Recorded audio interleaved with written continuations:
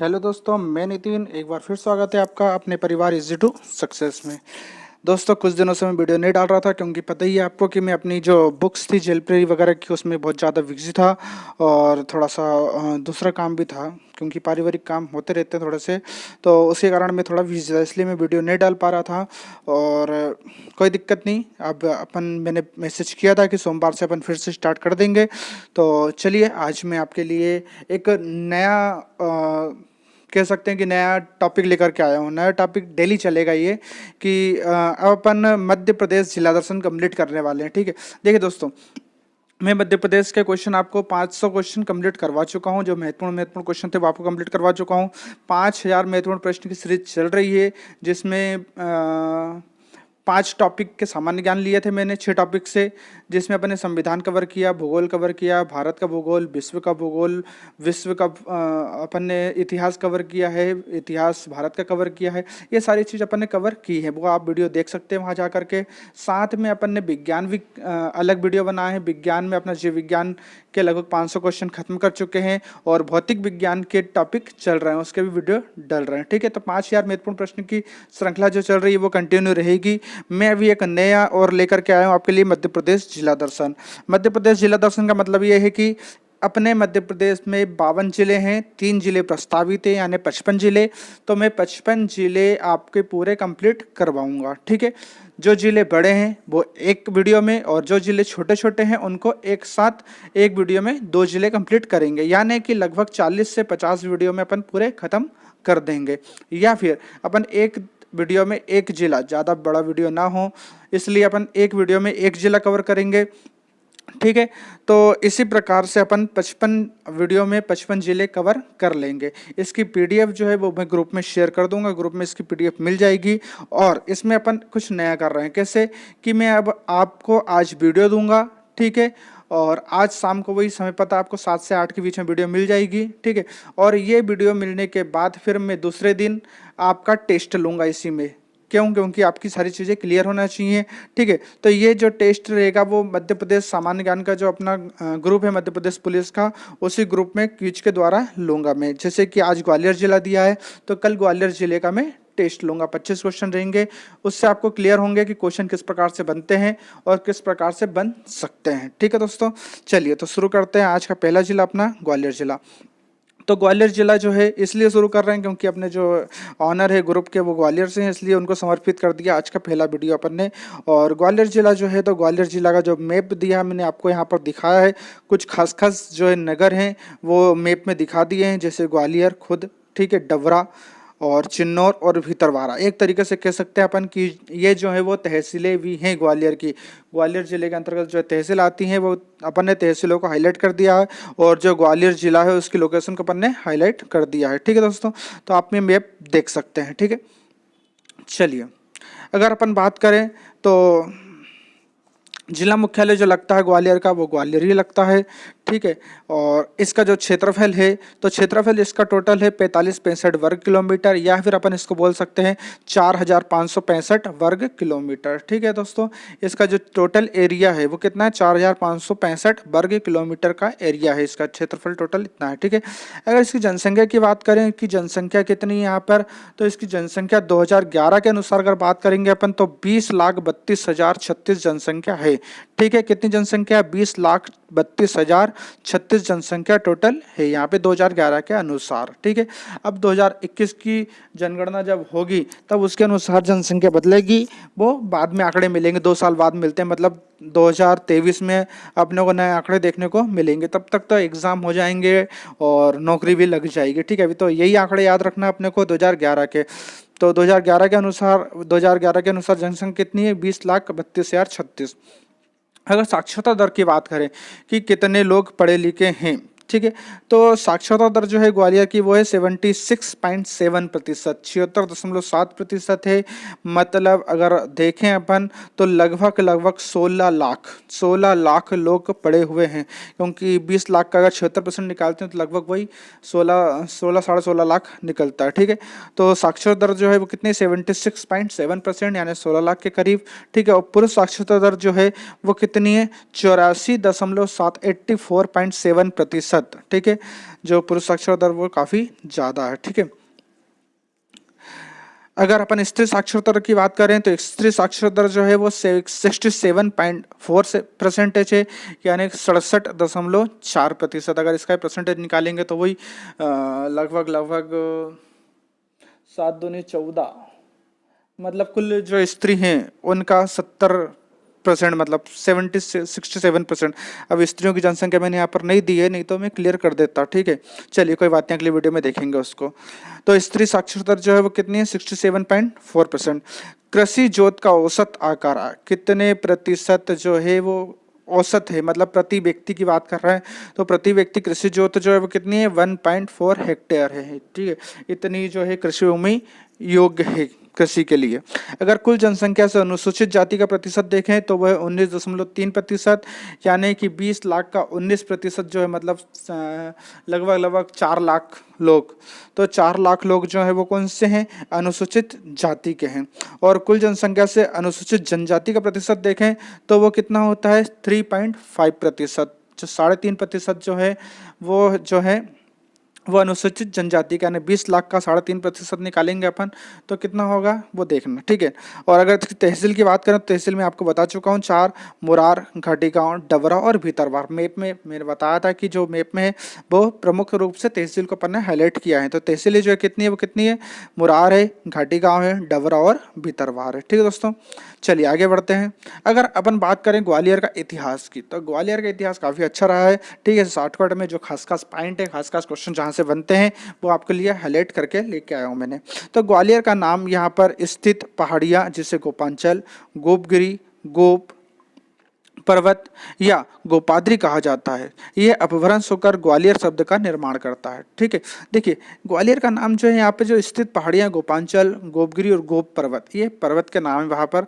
तो इनके नाम पर अपभ्रंश जो भाषा होती है, अपभ्रंश का मतलब क्या होता है कि जैसे कि अपन बोलते हैं ना, अपना नाम होता है, ठीक है, और कोई अपने को प्यार से या चिढ़ा के या गुस्से में कुछ नाम और दूसरे नाम से बुलाता है अपने को, तो ये अपभ्रंश हो जाता, मतलब एक भाषा से, एक ही चीज़ से दूसरी भाषा निकलना, ठीक है, एक ही शब्द से दूसरे शब्द की उत्पत्ति होना।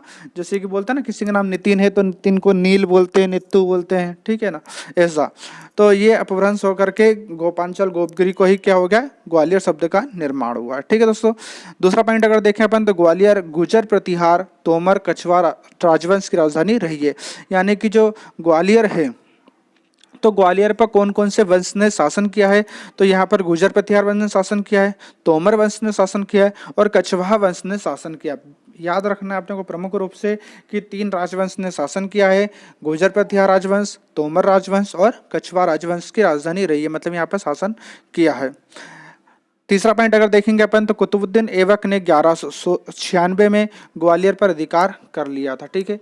जो गुलाम वंश की शुरुआत हुई थी, तो गुलाम वंश में जब कुतुबुद्दीन ऐबक ने आक्रमण किया था तो उन्होंने जो ग्वालियर पर अधिकार कब किया था, 1196 में, 1196 में उन्होंने अधिकार कर लिया था, ठीक है दोस्तों।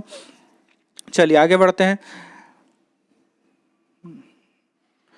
अगर आगे देखें अपन तो ग्वालियर को संगीत के शहर के नाम से जाना जाता है, बिल्कुल जाना जाता है, क्योंकि ग्वालियर ने बहुत से ऐसे महान संगीतज्ञ हैं जो दिए हैं। अगर सबसे महान संगीतज्ञ की बात करें तो तानसेन, तो तानसेन का जन्म जो है वो कहाँ हुआ है, ग्वालियर में, वो अपने को पता है, इसीलिए ग्वालियर को संगीत के शहर के नाम से जाना जाता है। तो ग्वालियर को संगीत के शहर के नाम से जाना जाता है। ग्वालियर घराना हिंदुस्तान संगीत का सबसे बड़ा घराना है, ठीक है। देखिए घराने के नाम सुने होंगे ना आपने, कि जैसे कि अभी अपन कोचिंग सुनते हैं कि भाई ये कोचिंग, फलाना कोचिंग, ढिंगा कोचिंग, अलग अलग कोचिंग के नाम देखते हैं, वहाँ से फिर व्यक्ति पढ़ता है, नौकरी लगता है, तो बोलते हैं भाई हमारे यहाँ से व्यक्ति पढ़ के निकला। इसी प्रकार संगीत सिखाते हैं, और संगीत जब सीखते हैं और तो जो संगीत सिखाने वाले होते हैं उनको घराना बोलते हैं, जो लंबे समय से चलते आ रहे हैं। प्रमुख व्यक्ति के नाम से तानसेन घराना या ग्वालियर घराना, खंडवा में दादा मुनि के नाम से चल रहा है अशोक कुमार घराना, ठीक है। तो इस प्रकार से घराने चलते हैं। तो ग्वालियर घराना जो है वो हिंदुस्तान संगीत का सबसे बड़ा घराना माना जाता है। अगला पॉइंट देखते हैं। महान संगीतकार तानसेन का जन्म ग्वालियर के बेहट में हुआ था एवं इनका मकबरा भी ग्वालियर में स्थित है। बहुत सही बात है, अपने को पता है कि ग्वालियर में इनका जन्म हुआ था तानसेन का, और इनका जो जन्म हुआ था वो कौन से गांव में हुआ था, बेहट गांव में। ग्वालियर के नज़दीक एक गांव है बेहट गांव, यहाँ पे उनका जन्म हुआ था। और इनका मकबरा जो है, यानी कि इनकी जो समाधि बनी हुई है वो भी कहाँ पर है, ग्वालियर में ही स्थित है, ठीक है। अगला पॉइंट देखते हैं। तो ग्वालियर जो है 1948 से 1956 तक मध्य भारत की राजधानी रही है। ठीक है, अपने को पता है कि पहले जो मध्य प्रदेश की राजधानी थी, मध्य भारत की राजधानी थी मध्य प्रदेश, तो अपन 1956 के बाद बोलते हैं। इसको 1956 के पहले मध्य भारत के नाम से, सेंट्रल इंडिया के नाम से, सेंट्रल प्रोविंस के नाम से जाना जाता था। मध्य प्रदेश को इस नाम से जाना जाता था। सेंट्रल इंडिया बोलते थे, मध्य प्रदेश को सेंट्रल भारत बोलते थे, या फिर सेंट्रल प्रोविंस के नाम से जानते थे। तो इसमें राजधानी जो होती है 6 महीने इंदौर और 6 महीने ग्वालियर रहती थी। ठीक है, इसकी 2 राजधानी हुआ करती थी मध्य भारत की, 6 महीने इंदौर और 6 महीने ग्वालियर रहती थी। तो ये राजधानी जो हुआ करती थी, इसमें 1948 से 1956 तक ग्वालियर भी राजधानी रही है। ठीक है, चलिए अगर इसकी अपन प्रमुख इमारतें एवं किले की बात करें तो किले, ग्वालियर किले को किलों का रत्न, जो ग्वालियर का किला है या सबसे बड़ा किला जिसको माना जाता है, तो उसको किलों का रत्न यानी जिब्राल्टर ऑफ फोर्ट या जिब्राल्टर ऑफ इंडिया कहते हैं।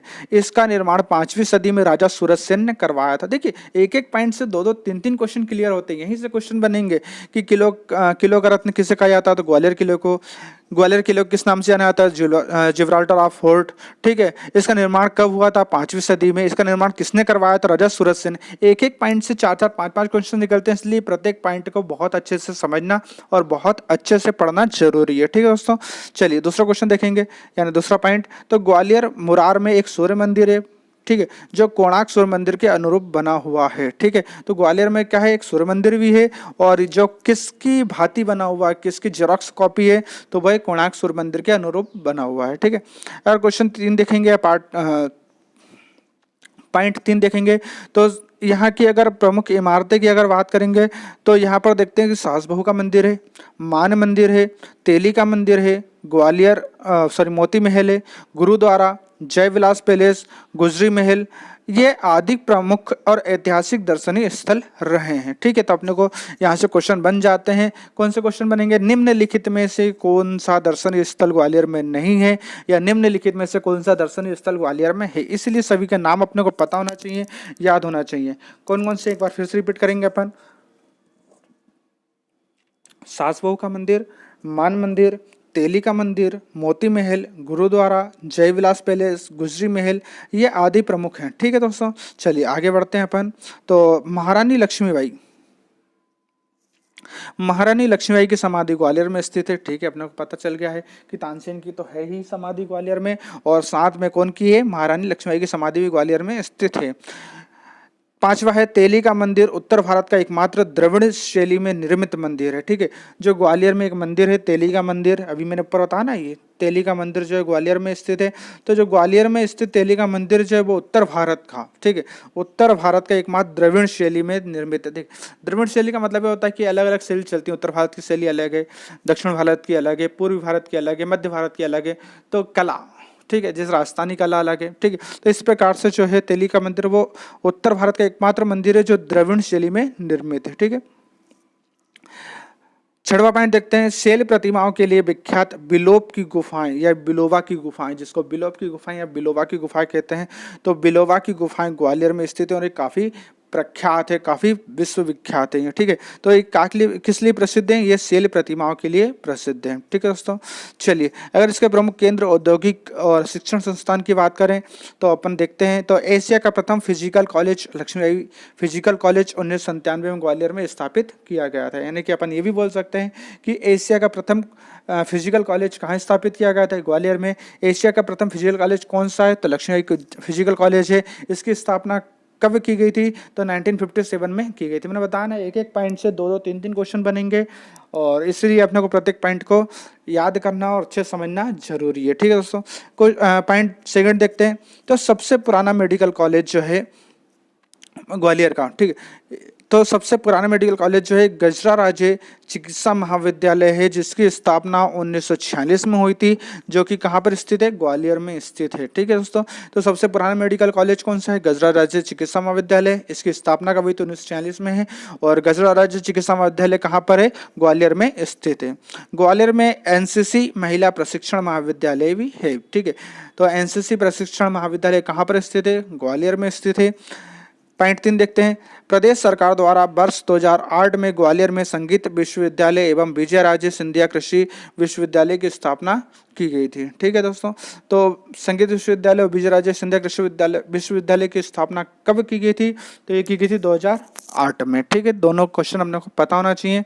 अब क्वेश्चन ये भी बन सकते हैं कि संगीत विश्वविद्यालय विजय राजे सिंधिया कृषि विश्वविद्यालय कहाँ पर है? ठीक है, कृषि विश्वविद्यालय तो अपने को पता है कि 8 है, 9 प्रस्तावित है, मगर क्वेश्चन ये बनेगा विजय राजे सिंधिया कृषि विश्वविद्यालय कहाँ पर है? ठीक, ग्वालियर में। और संगीत विश्वविद्यालय भी ग्वालियर में, दोनों की स्थापना 2008 में हुई थी। चलिए, मध्य प्रदेश का राज्य सूचना प्रौद्योगिक संस्थान ग्वालियर में है। ठीक है, अगर क्वेश्चन बनता है कि मध्य प्रदेश का राज्य सूचना प्रौद्योगिक संस्थान कहाँ पर है, तो अपने को पता होना चाहिए कहाँ पर ये ग्वालियर में। और लास्ट देखते हैं तो वो है यहाँ पर जीवाजी राव विश्वविद्यालय की स्थापना 1964 में की गई थी। यानी जीवाजी राव विश्वविद्यालय की स्थापना जो 1964 में यहाँ पर की गई थी। ठीक है, तो ये जो थे वो 5 पॉइंट। और इसके बाद अगर देखते हैं अपन तो 6वां पॉइंट कि ग्वालियर में स्थित विशेषता बलुआ पत्थर, गेरू, मिट्टी, कपड़ा, चमड़ा, मैग्नीज आदि उपलब्ध हैं। ठीक है, यहाँ पर औद्योगिक केंद्र की बात कर रहे हैं अपन, तो औद्योगिक केंद्र में जो है वो कौन कौन से पत्थर मिल जाएंगे अपने को? बलुआ पत्थर मिल जाएगा, गेरू पत्थर मिल जाएगा, मिट्टी तो अब सब दूर मिल जाते हैं, हालांकि कपड़ा उद्योग, चमड़ा उद्योग और मैग्नीज उद्योग ये भी आदि शामिल हैं या उपलब्ध हैं। ठीक है दोस्तों, अगला क्वेश्चन देखते हैं, अगला पॉइंट देखते हैं। तो दिया सलाई यानी कि माचिस की जो डिब्बी होती हैं, माचिस की जो सिली बोलते हैं इसको अपन, तो माचिस जो होती है वो बनाने का कारखाना कहाँ पर है? ग्वालियर में। क्वेश्चन बन जाता है अधिकतर यहाँ पर कि दिया सलाई का कारखाना कहाँ पर स्थित है? मध्य प्रदेश में। कहाँ पर है? ग्वालियर में। 8वां देखते हैं, नगरीय अपशिष्ट से जैविक खाद बनाने का कारखाना ग्वालियर में स्थित है। जी हाँ दोस्तों, अपने को पता है कि जो अपशिष्ट होता है जो अपन फेंक देते हैं तो उससे खाद बना रहे हैं, जैविक खाद बना रहे हैं, तो उसका कारखाना कहाँ पर है? ग्वालियर में स्थित है। अगर मध्य प्रदेश का राजस्व की बात करें तो मध्य प्रदेश राजस्व मुख्यालय भी ग्वालियर में है। जो भी अपना राजस्व होता है पूरा वो ग्वालियर में उसका मुख्यालय है। मध्य प्रदेश भू राजस्व एवं बंदोबस्त प्रशिक्षण संस्थान ग्वालियर में। कृषि से संबंधित क्षेत्र जितने भी हैं वो सब कहाँ मिलेंगे आपको? ग्वालियर में। चाहे राजस्व की बात करें या भू राजस्व की बात करें, बंदोबस्त प्रशिक्षण बात करें, सभी कहाँ पर स्थित है? इनके कार्यालय ग्वालियर में ही है। प्रदेश न्यायालय की एक खंडपीठ ग्वालियर में स्थित है। अपने को पता है कि मध्य प्रदेश का जो मुख्य न्यायालय है वो कहाँ पर है? जबलपुर में है। इसके अन्य न्यायालय की बात करें या फिर अन्य खंडपीठ की बात करें तो वो अपने को कहाँ पर मिल जाएगी? इंदौर और ग्वालियर मिल जाएगी। और एक तीसरी अन्य उपखंडपीठ की बात करें तो वो अपने को कहाँ मिल जाएगी? भोपाल में मिल जाएगी। तो प्रादेशिक न्यायालय की एक खंडपीठ भी कहाँ पर है? ग्वालियर में स्थित है। पीतल के बर्तन बनाने का कारखाना ग्वालियर में स्थित है। ठीक, लास्ट पॉइंट है 12वां कि पीतल के बर्तन बनाने का कारखाना जो है कहाँ पर है?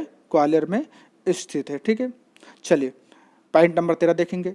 इंदौर, जबलपुर, रीवा के बाद प्रदेश का चौथा विशेष आर्थिक जोन जो है जिसको अपन स्पेशल इकोनॉमिक जोन बोलते हैं वो ग्वालियर में स्थित है। ठीक है, देखो स्पेशल आर्थिक जोन का मतलब ये जहाँ से अपने को विशेष प्रकार की आय प्राप्त हो रही हो। ठीक है, तो वो इंदौर, जबलपुर और रीवा, यहाँ इनके बाद जो है वो कौन सा आता है? चौथा विशेष रूप से वो होता है ग्वालियर। ठीक है, मध्य प्रदेश का एकमात्र दूधिया रोशनी युक्त स्टेडियम कैप्टन रूपसी स्टेडियम ग्वालियर में स्थित है। ठीक है, अब ये तो अपने को पता है सभी को कि कैप्टन रूपसी स्टेडियम कहाँ पर है? ग्वालियर में, सभी को पता। मगर क्वेश्चन ये बनेगा कि भाई मध्य प्रदेश का एकमात्र दूधिया रोशनी वाला स्टेडियम कहाँ पर? यहाँ पर कैप्टन रूपसी का नाम ही नहीं, सिर्फ क्या पूछ लिया उन्होंने कि मध्य प्रदेश का एकमात्र दूधिया रोशनी वाला स्टेडियम कहाँ पर है। तो अपने को बताना याद होना चाहिए कि दूधिया रोशनी वाला स्टेडियम कौन सा है? कैप्टन रूपसी स्टेडियम है और ये कहाँ पर है? ग्वालियर में। ठीक है, चलिए 15 देखते हैं। मध्य प्रदेश महालेखाकार कार्यालय जो है वो कहाँ पर स्थित है? तो मध्य प्रदेश महालेखाकार कार्यालय जो है वो ग्वालियर में स्थित है। अगर अन्य महत्वपूर्ण तथ्य की बात करें, खास 2-3 पॉइंट लिखे मैंने, तो अपने को पता है कि राज्य का पहला समाचार पत्र जो है वो ग्वालियर अखबार था। यानी कि मध्य प्रदेश से जो पहला समाचार पत्र निकला था वो कौन सा था? ग्वालियर अखबार था। ग्वालियर में आकाशवाणी की स्थापना 1964 में की गई थी। आकाशवाणी मतलब रेडियो वगैरह चलते हैं, उसकी स्थापना कब से की गई थी? 1964 में। और जो स्वर्गीय हमारे अटल बिहारी वाजपेयी जी थे, पूर्व प्रधानमंत्री भी थे, तो उनकी जन्मस्थली है वो कहाँ पर है? ग्वालियर के हैं। यानी कि क्वेश्चन ये भी बना था एक बार, आपको पता होगा पीएससी 2018 की बात है, 17-18 की कि क्वेश्चन बना था एक कि निम्नलिखित में से किस प्रधानमंत्री का जन्म मध्य प्रदेश में हुआ था, ठीक है, या फिर ग्वालियर में हुआ था।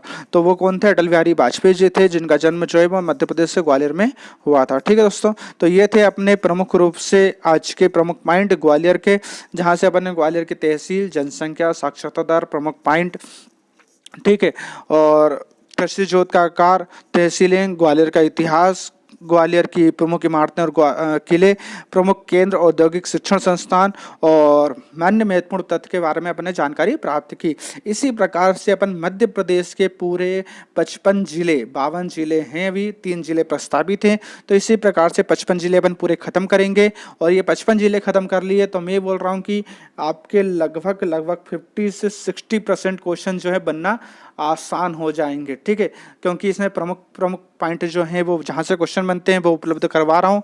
और अगर इतना आपने कंप्लीट कर लिया तो मध्य प्रदेश के 60% क्वेश्चन आपसे बनना शुरू हो जाएंगे। पूरे क्वेश्चन इसलिए नहीं बनेंगे क्योंकि कुछ क्वेश्चन ऐसे हैं जो कि डायरेक्ट फैक्ट बनते हैं, तोड़ मरोड़ के बनते हैं, ठीक है। उसके लिए मध्य प्रदेश के जो महत्वपूर्ण प्रश्न मैंने उपलब्ध करवाए हैं यूट्यूब पर, वो आपको देख लेना, वहाँ से आपको पूरे क्वेश्चन कवर कर दूंगा। और जो क्विज होगी उसके बाद तो आपके सारे डाउट भी क्लियर हो जाएंगे। अगर कोई डाउट रहता है तो आप बिल्कुल कमेंट करें, कमेंट के माध्यम से डाउट पूछें, उसका जवाब आपको तुरंत मिलेगा, ठीक है। अगर बिजी रहते हैं तो आधा 1 घंटे के बाद आपको उसका आंसर मिल जाएगा। तो आप लाइक करें, कमेंट करें, शेयर करें, कोई डाउट हो तो ज़रूर पूछें आप, ठीक है। मिलते हैं एक नए जिले के साथ कल।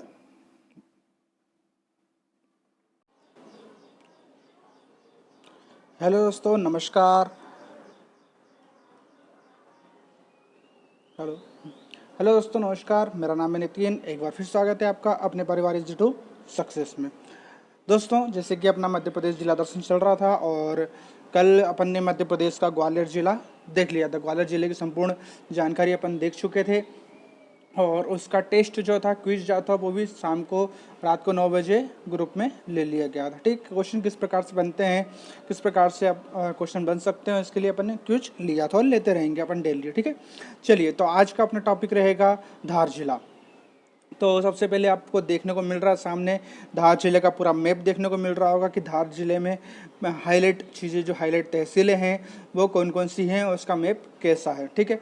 अगर इसकी तहसील की बात करें तो बदनावर, धार, सरदारपुर, गंदवानी, कुछी, दही, मनवार और धर्मपुरी, ठीक है। टोटल कितनी होगी अपने पास? 8 तहसील। तो अपन ये जानकारी अपने को पता है कि धार जिले में टोटल तहसीलें कितनी हैं? 8 तहसीलें, ठीक है। इसके नाम हिंदी में अंदर दिए हुए हैं। कोई मान लो किसी को बहुत तेज इंग्लिश नहीं आती हो तो अंदर हिंदी में पढ़ लेना, ठीक है। तो अगर सर धर्मपुरी को धर्मपुर पढ़ रहे हैं, धर्मेंद्री पढ़ लीजिए तो कोई दिक्कत नहीं है, ठीक है, पढ़ लो, कोई दिक्कत नहीं है, इंग्लिश अपने घर की है। चलिए दोस्तों, तो शुरू करते हैं अपन। सबसे पहली बात होती है कि जिला मुख्यालय की अगर बात करें तो जिला मुख्यालय जो है वो धार में ही लगता है। इसका जिला मुख्यालय कहाँ लगेगा दोस्तों? धार में ही लगेगा, ठीक है।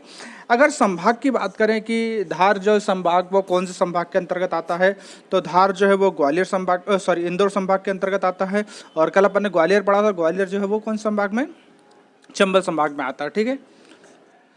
चलिए दोस्तों, अगर क्षेत्रफल की बात करें तो क्षेत्रफल जो इसका टोटल आता है वो आता है 8153 वर्ग किलोमीटर, या फिर बोल सकते हैं अपन 8153 वर्ग किलोमीटर इसका धार का जो है टोटल क्षेत्रफल है। और इसकी जनसंख्या की बात करें तो अपने को पता है जनसंख्या 2011 के अनुसार बात करेंगे अपन, और इसकी जनसंख्या जो है ग्वालियर से भी ज़्यादा है। ग्वालियर की जनसंख्या 20 लाख थी और इसकी जनसंख्या जो है वो कितनी है? 21,85,793, ठीक है। 21,85,793 इसकी जनसंख्या है। और इसका लिंग अनुपात की अगर बात करें तो इसका लिंग अनुपात है 961, ठीक है। लिंग अनुपात का मतलब पता है ना अपने को कि कितने पुरुष पर कितनी महिलाएं, ठीक है। तो 1000 पुरुष पर जितनी महिलाएं होती हैं उसको अपन लिंगानुपात कहते हैं। तो 1000 पुरुष पर कितनी महिलाएं? 961। जनसंख्या 21,85,000। क्षेत्रफल 8,153 वर्ग किलोमीटर। कौन संभाग के अंतर्गत आता है? इंदौर संभाग के अंतर्गत आता है। और धार की अपन बात करें। साक्षरता दर की अगर बात करें, साक्षरता दर यहाँ पे कम है, ठीक है। अगर ग्वालियर से तुलना करें तो ग्वालियर की कल अपन ने देखा था तो लगभग अपन बोल सकते हैं 67% या 70% बोल सकते हैं अपन, ठीक है। और इसकी मात्र है 60%, ठीक है। 60% जो है वो इसकी साक्षरता दर है, बहुत कम है साक्षरता। मतलब अगर अपन टोटल अगर निकालें तो लगभग वही 12 लाख के लगभग निकलती है। चलिए आगे बढ़ते हैं अपन। अगर इसकी पुरुष साक्षरता दर की बात करें तो पुरुष साक्षरता दर है इसकी 68.9% लोग, यानी 70% के लगभग लोग पढ़े लिखे हैं पुरुष में, और महिला साक्षरता दर बहुत ज़्यादा कम है। पढ़ी महिलाओं को बहुत ज़्यादा पीछे रखा गया है इसमें पढ़ाई में, मात्र 48.8%, 48.8% साक्षरता दर है। नगरीय दर की बात करें तो नगरीय दर जो है 18.9% है।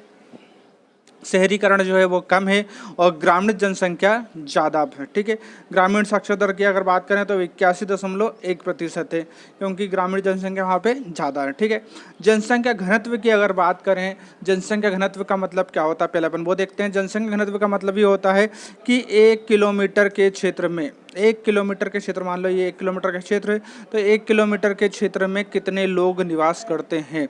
तो 1 किलोमीटर क्षेत्र में जितने लोग निवास करते हैं उसको अपन क्या बोलते हैं, जनसंख्या घनत्व।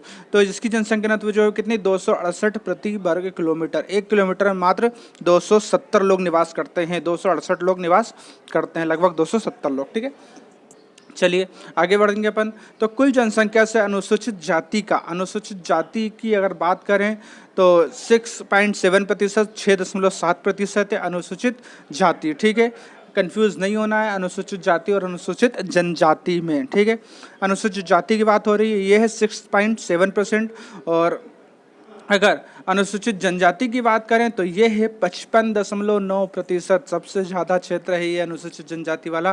ठीक है, 55.9%। ठीक है, कृषि जोत का आकार, यानी कि यहाँ पे कितनी कृषि जो है योग्य है, कृषि के हिसाब से कितनी ज़मीन कृषि के हिसाब से योग्य है, तो वो अगर बात करें तो 2.8 हेक्टेयर, 2.8 हेक्टेयर जो है वो औसत की बात हो रही है ना, प्रत्येक व्यक्ति के पास इतनी ज़मीन है कृषि जोत के लिए। ठीक है, अगर तहसील की बात करें तो तहसील इसमें 8 है, मैं पहले बता चुका हूँ कि 8 तहसीलें हैं। कौन कौन सी तहसीलें हैं, एक बार फिर से, धार, बदनावर, सरदारपुर, मनावर, धर्मपुरी, गंदवानी, कुछी और दही। ठीक है, दही जिसको बोलते हैं।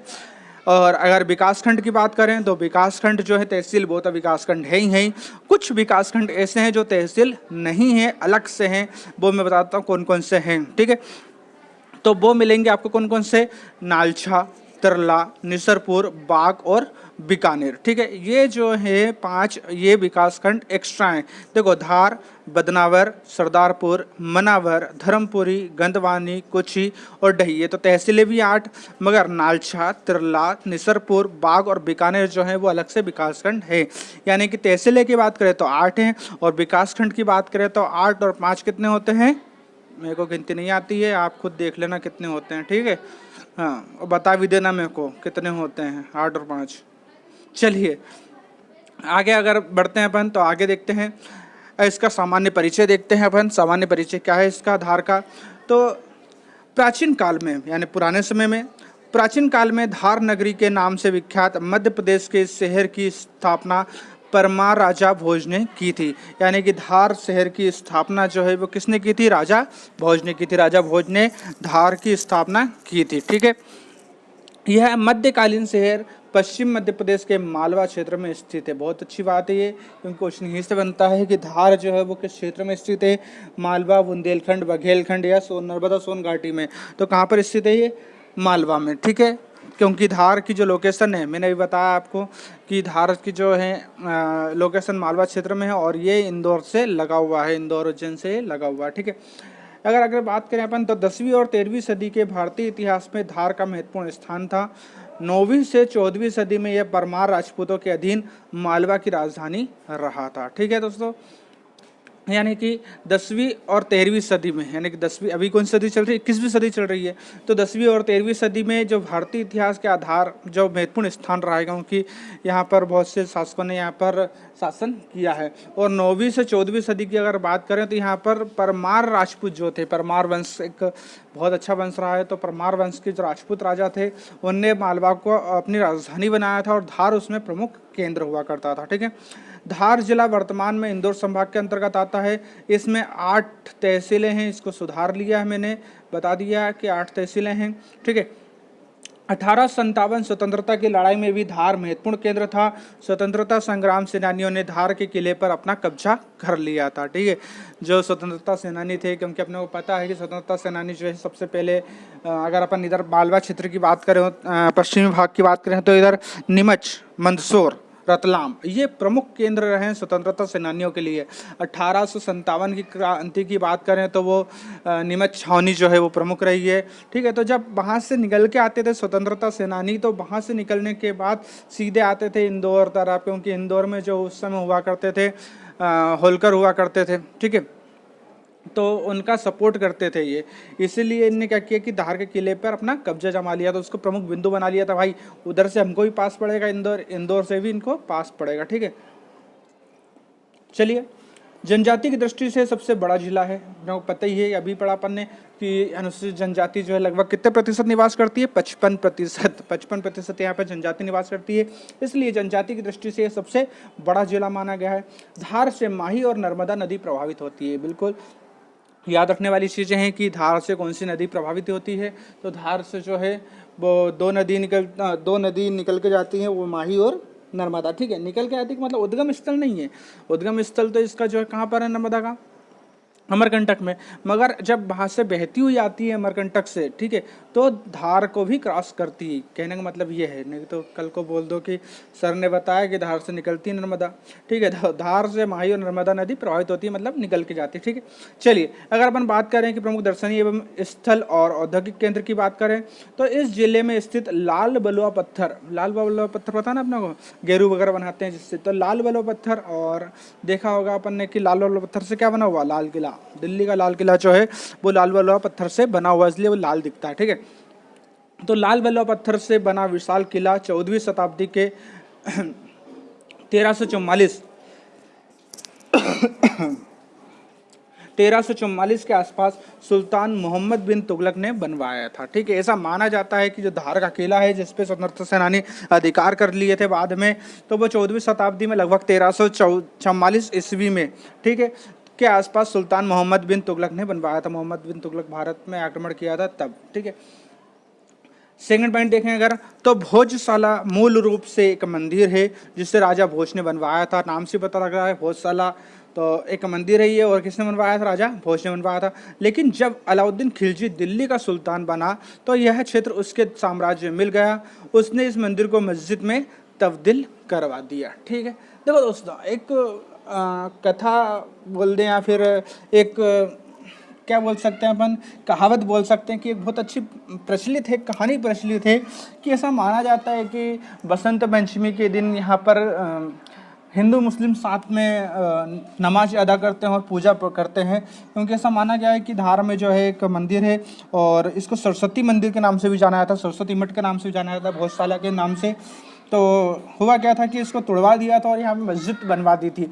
तो हिंदू लोग बोलते हैं ये हमारा मंदिर है, मुस्लिम लोग जो बोलते हैं हमारी मस्जिद है, इसीलिए वहाँ पर आज ही बसंत पंचमी के दिन एक साथ पूजा भी होती है और अजान भी होती है। ठीक है, क्योंकि इसको मंदिर को मस्जिद में तब्दील करवा दिया था बाद में। किसने करवा दिया था, नाम याद रखना, अलाउद्दीन खिलजी, अलाउद्दीन भैया ने। ठीक है, चलिए आगे बढ़ते हैं। तो मूर्ति कला के लिए प्रसिद्ध फाड़के स्टेडियम धार में स्थित है। ठीक है, तो मूर्ति कला के लिए जो प्रसिद्ध है तो वो फाड़के स्टेडियम जो है वो कहाँ पर स्थित है, धार में ही स्थित है।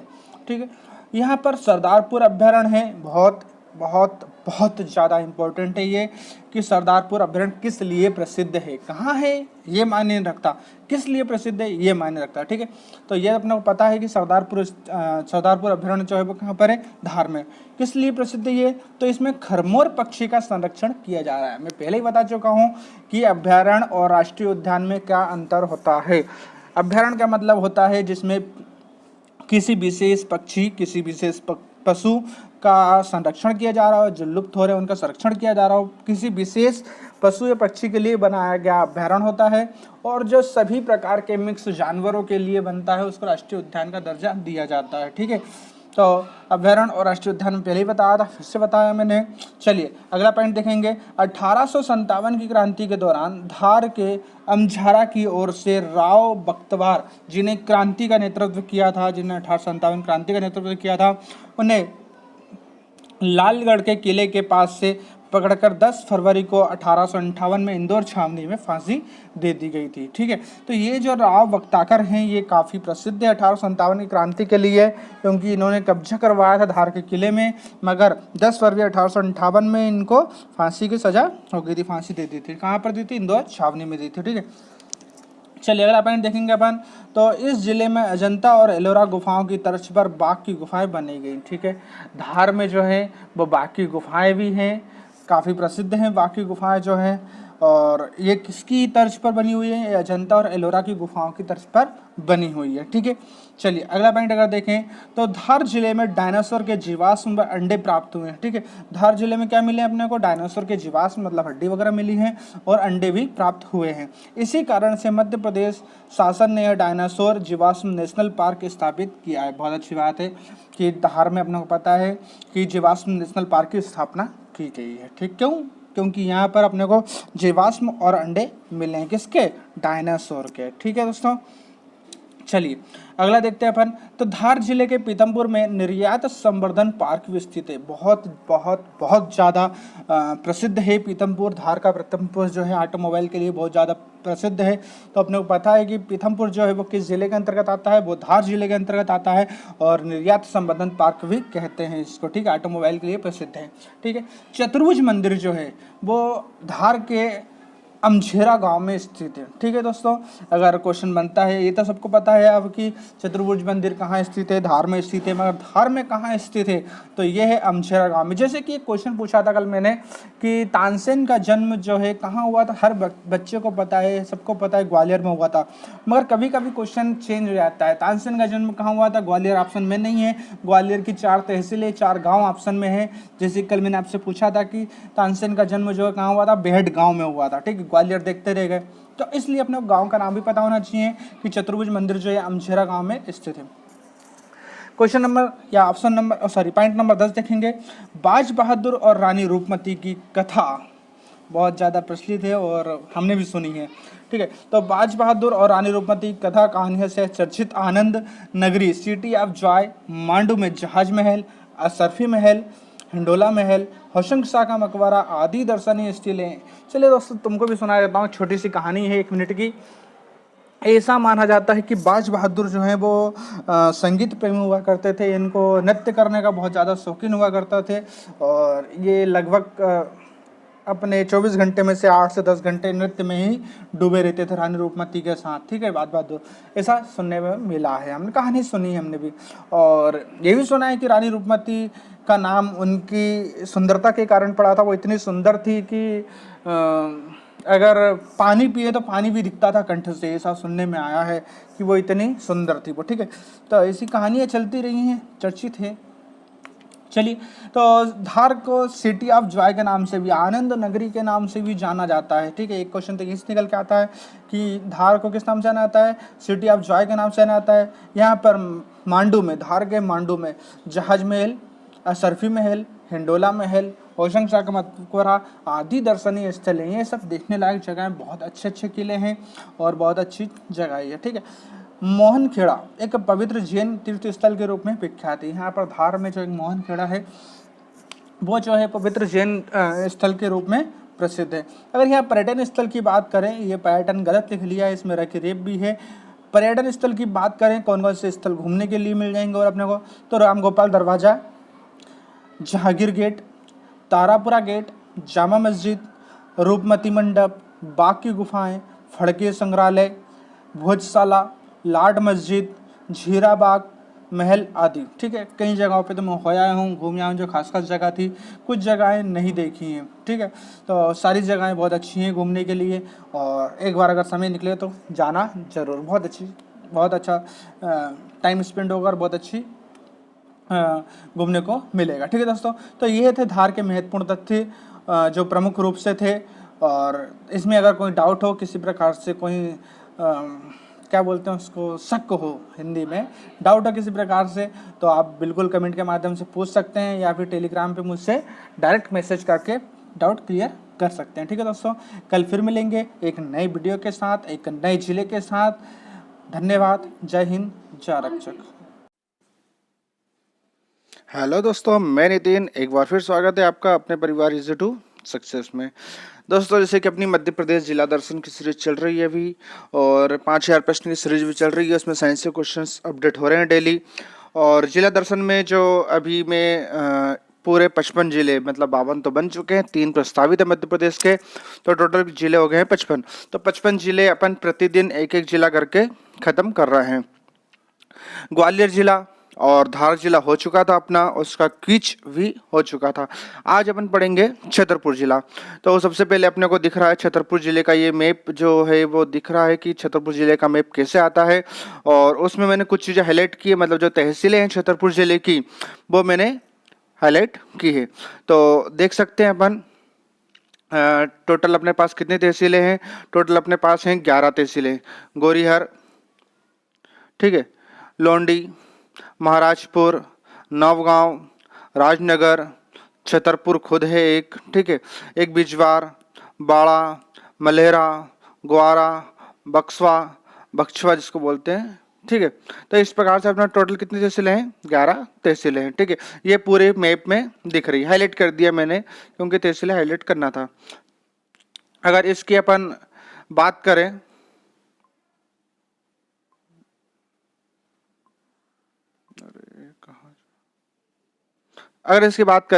जिले की, तो इसका जिला मुख्यालय जो लगता है वो लगता है छतरपुर, क्योंकि छतरपुर का जिला मुख्यालय छतरपुर ही लगेगा, ठीक है। छतरपुर किस संभाग के अंतर्गत आता है, तो ये आता है सागर संभाग के अंतर्गत, ठीक है, क्योंकि ये पता होना चाहिए कि क्वेश्चन बन जाता है निम्नलिखित में से किस संभाग के अंतर्गत आता है, या फिर निम्नलिखित में से कौन संभाग के अंतर्गत नहीं आता है, ठीक है।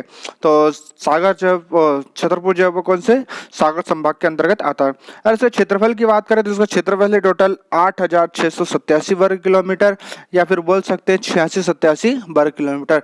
याद रखने में सरलता होगी 8687 में, ठीक है। 8687 में थोड़ा सा टफ लगता है, मुश्किल लगता है, ठीक है। तो 8687 वर्ग किलोमीटर के हिसाब से अपन याद रख सकते हैं, ठीक है। अगर इसकी जनसंख्या की बात करें, जनसंख्या 2011 के अनुसार ही होगी, क्योंकि बता चुका हूं मैं 2021 की जनसंख्या गणना जो होगी 2021 की, उसके आंकड़े आएंगे 2023 में, ठीक है। तो अभी कौन सी चल रही है, 2011। तो 2011 की जनसंख्या की बात करें तो 2011 की जनसंख्या थी 17,62,375, कम जनसंख्या है, ठीक है। 17,62,375 इसकी जनसंख्या है। और इसका लिंग अनुपात की बात करें तो लिंग अनुपात है 884। लिंग अनुपात क्या होता है मैं आपको बता चुका हूं पहले ही, कितने पुरुष पर 1000 पुरुष पर कितनी महिलाएं हैं वो लिंग अनुपात होता है। तो छतरपुर में 1000 पुरुष पर कितनी महिलाएं, 884 महिलाएं हैं, तो यहाँ लिंग अनुपात कितना हो जाएगा, 884, ठीक है। साक्षरता दर की बात करें तो साक्षरता दर यहाँ पर है 64.9%, 64.9%, ठीक है। हालांकि ग्वालियर से कम है और धार से ज्यादा है, ठीक है। तो इसकी साक्षरता दर मतलब कितने प्रतिशत पुरुष महिलाएं दोनों मिलके पढ़े लिखे, कितनी टोटल आबादी पढ़ी लिखी है, तो 64% आबादी पढ़ी लिखी है यहाँ की, ठीक है। चलिए अगर इसकी पुरुष साक्षरता दर की बात करें कि पुरुष साक्षरता दर कितनी है इसकी, तो पुरुष साक्षरता दर जो है वो 72.7% है, 72.7% पुरुष साक्षरता दर है। और स्त्री साक्षरता दर की बात करें तो 53.6% जो है वो स्त्री साक्षरता दर है यहाँ पे, ठीक है। पुरुष साक्षरता दर ज्यादा है और स्त्री साक्षरता दर कम है, ठीक है। अगर नगरीय की बात करें, नगरीय साक्षरता दर जो है वो कितनी है, तो 22.6% है। और ग्रामीण साक्षरता दर की बात करें तो वो होती है 82.9%। इससे स्पष्ट पता लगता है अपने को कि छतरपुर कौन सा इलाका है, ग्रामीण इलाका है, ठीक है, शहरी इलाका नहीं है, ग्रामीण इलाका है, ग्रामीण जनसंख्या ज्यादा है, ठीक है। और अगर कुल जनसंख्या से अनुसूचित जाति की बात करें, ठीक है, तो कितनी है यहाँ पर, 23% अनुसूचित जाति निवास करती है, जिसका अपन शेड्यूल कास्ट बोलते हैं, SC, ठीक है। तो अनुसूचित जाति जो है वो 23% निवास करती है। और अगर अनुसूचित जनजाति की बात करें तो यहाँ पर अनुसूचित जनजाति जो है वो मात्र 4% निवास करती है, मात्र 4% जो है 4.2% वो अनुसूचित जनजाति निवास करती है, ठीक है। और कृषि जोत का आकार देखें अपन की प्रति व्यक्ति कितनी कृषि भूमि यहाँ पर है, तो वो है 3.1 हेक्टेयर, अभी तक की सबसे ज्यादा ग्वालियर और धार से भी ज्यादा, ठीक है। तो कृषि जोत का आकार जो है 3.1 हेक्टेयर है। तहसीलें की अगर बात करें तो तहसीलें छतरपुर, राजनगर, नौगांव, लोंडी, गोरीहार, बिजावर, बड़ा मल्लाहार, महाराजपुर, धुवारा, बक्सवा और चंदला, ठीक है, ये जो है उसकी तहसीलें हैं। और अगर विकास खंड की बात करें तो विकास खंड भी सेम यही है, इसमें कोई चेंज नहीं है। बस ये है कि इसमें चंदवाला है वो नहीं है, चंदवाला और धुवारा जो विकास खंड के अंतर्गत नहीं आते हैं। ठीक है दोस्तों, देखना विकास खंड है छतरपुर, राजनगर, नौगांव, लोंडी, खोरिहार, बिजावर, बड़मलार और बक्सवा, तीन जो है महाराजपुर, धुबारा और चंदला, ये जो तहसीलें हैं मगर विकासखंड नहीं है। ठीक है, तो तहसील विकासखंड सेम है, तीन नहीं है, वो अपने को पता है। चलिए, अगर छतरपुर के सामान्य परिचय की बात करें तो सबसे पहली बात आती है कि यहाँ पर अपने को पता है कि छतरपुर में जो है बुंदेल राजा, छत्रसाल राजा जो हुआ करते तो उन्होंने शासन किया था यहाँ पर। तो सबसे पहले ही पॉइंट जो रहता है अपना बुंदेल राजा पर रहेगा। तो बुंदेल राजा छत्रसाल ने 1707 ईस्वी में इसकी स्थापना की थी।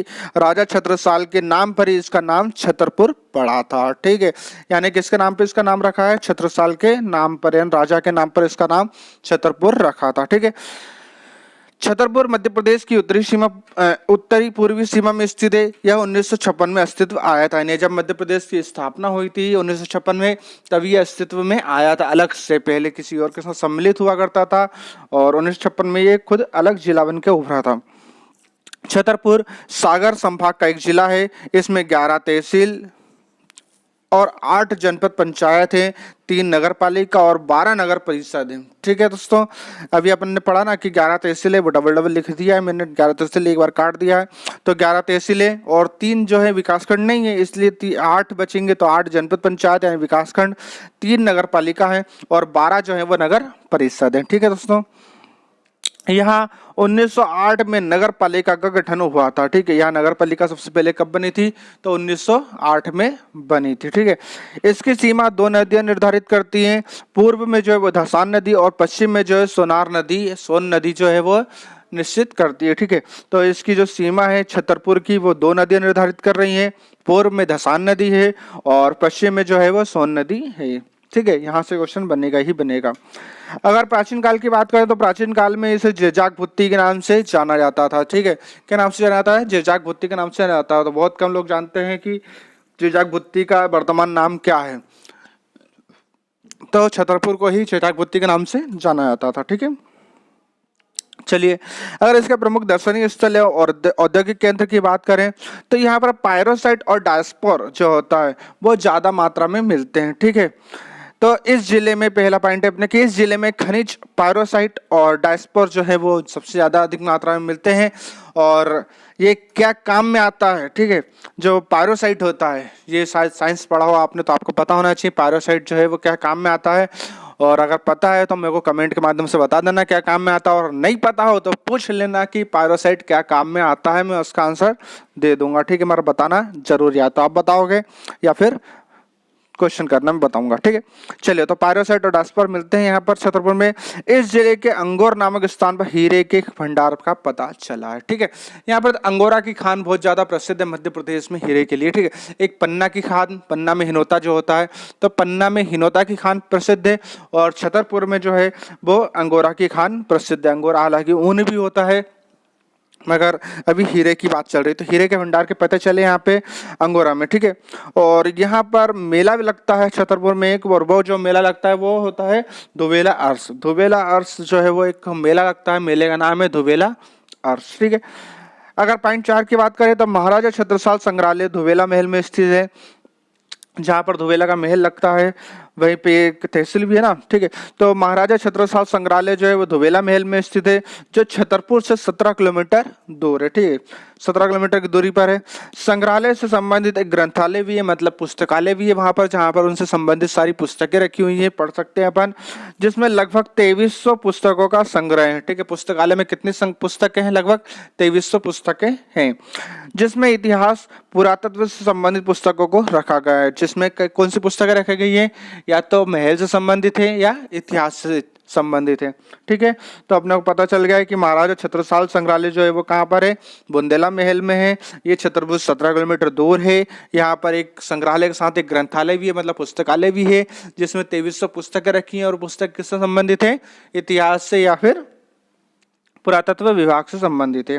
ठीक है, अगर अगला देखें अपन तो पांचवा है कि चंद्रवर्मन चंदेल वंश के शासक थे। ठीक है, चंद्रवर्मन जो शासक थे तो वो कौन से वंश के थे? चंदेल वंश के शासक थे। और खजुराहो की स्थापना की थी। छतरपुर में ही खजुराहो आता है जो कि विश्व प्रसिद्ध है। ठीक है, चंदेल वंश के राजाओं ने खजुराहो के कई मंदिर का निर्माण किया और उसके बाद में अपनी राजधानी महोबा स्थानांतरित कर ली थी। ठीक है, तो चंदेल वंश के संस्थापक कौन थे? सबसे पहले क्वेश्चन तो यही है कि चंदेल वंश के संस्थापक जो थे वो चंद्रवर्मन थे। इन्होंने किसकी स्थापना की थी? खजुराहो की स्थापना की थी जो कि विश्व प्रसिद्ध है। और चंदेल वंश के राजाओं ने खजुराहो में कई मंदिर का निर्माण करवाया था। ऐसा माना जाता है कि यहाँ पर पहले 180 मंदिर हुआ करते थे, फिर तोड़वा दिए, फिर 85 मंदिर बचे हैं अब वर्तमान में, अभी ऐसा माना जाता है। और अब इनकी राजधानी जो है परिवर्तन करके इनने क्या ले आए थे? महोबा ले आए थे। ठीक है दोस्तों, चलिए अगला पॉइंट देखते हैं अपन, छठवा। खजुराहो के मंदिर को 1986 में यूनेस्को की विश्व विरासत सूची में शामिल किया गया था। यानी खजुराहो जो विश्व प्रसिद्ध है तो इसको यूनेस्को ने कब शामिल किया था? तो वो किया था 1986 में, 1986 में इसको खजुराहो को शामिल कर लिया था यूनेस्को विश्व विरासत की सूची में। अब ये इसकी देखभाल जो करता है वो कौन करता है? यूनेस्को करता है। ठीक है, पॉइंट 7, इस जिले में राव सागर, प्रताप सागर और किशोर सागर 3 महत्वपूर्ण तालाब हैं। ठीक है, 3 बड़े तालाब हैं, जैसे कि नाम सुना होगा भोपाल में बड़ा तालाब है, इसी प्रकार से छतरपुर में 3 तालाब हैं बड़े तालाब, राव सागर, प्रताप सागर, किशोर सागर। ये तीनों वहां के शासक हुआ करते थे, इन्हीं के नाम पर तालाब के नाम रखे हैं। क्वेश्चन 8 देखें, पॉइंट 8 देखें। खजुराहो शास्त्रीय नृत्य समारोह यहाँ पर हर वर्ष आयोजित होता है। यह 1976 से प्रतिवर्ष आयोजित है। यह एक विश्व प्रसिद्ध आयोजन है। स्वाभाविक सी बात है कि खजुराहो ही विश्व प्रसिद्ध है तो यहाँ पर होने वाले प्रत्येक कार्यक्रम भी विश्व प्रसिद्ध होंगे। ठीक है, तो खजुराहो नृत्य समारोह जो है वो कब से आयोजित किया जा रहा है? 1976 से। कहाँ आयोजित किया जाता है? ये खजुराहो में आयोजित किया जाता है। पॉइंट 9 देखते हैं। खजुराहो में कंदरिया महादेव का निर्माण यशोवर्मन ने करवाया था। जो कंदरिया महादेव है खजुराहो में, उसका निर्माण किसने करवाया था? यशोवर्मन ने उसका निर्माण करवाया था।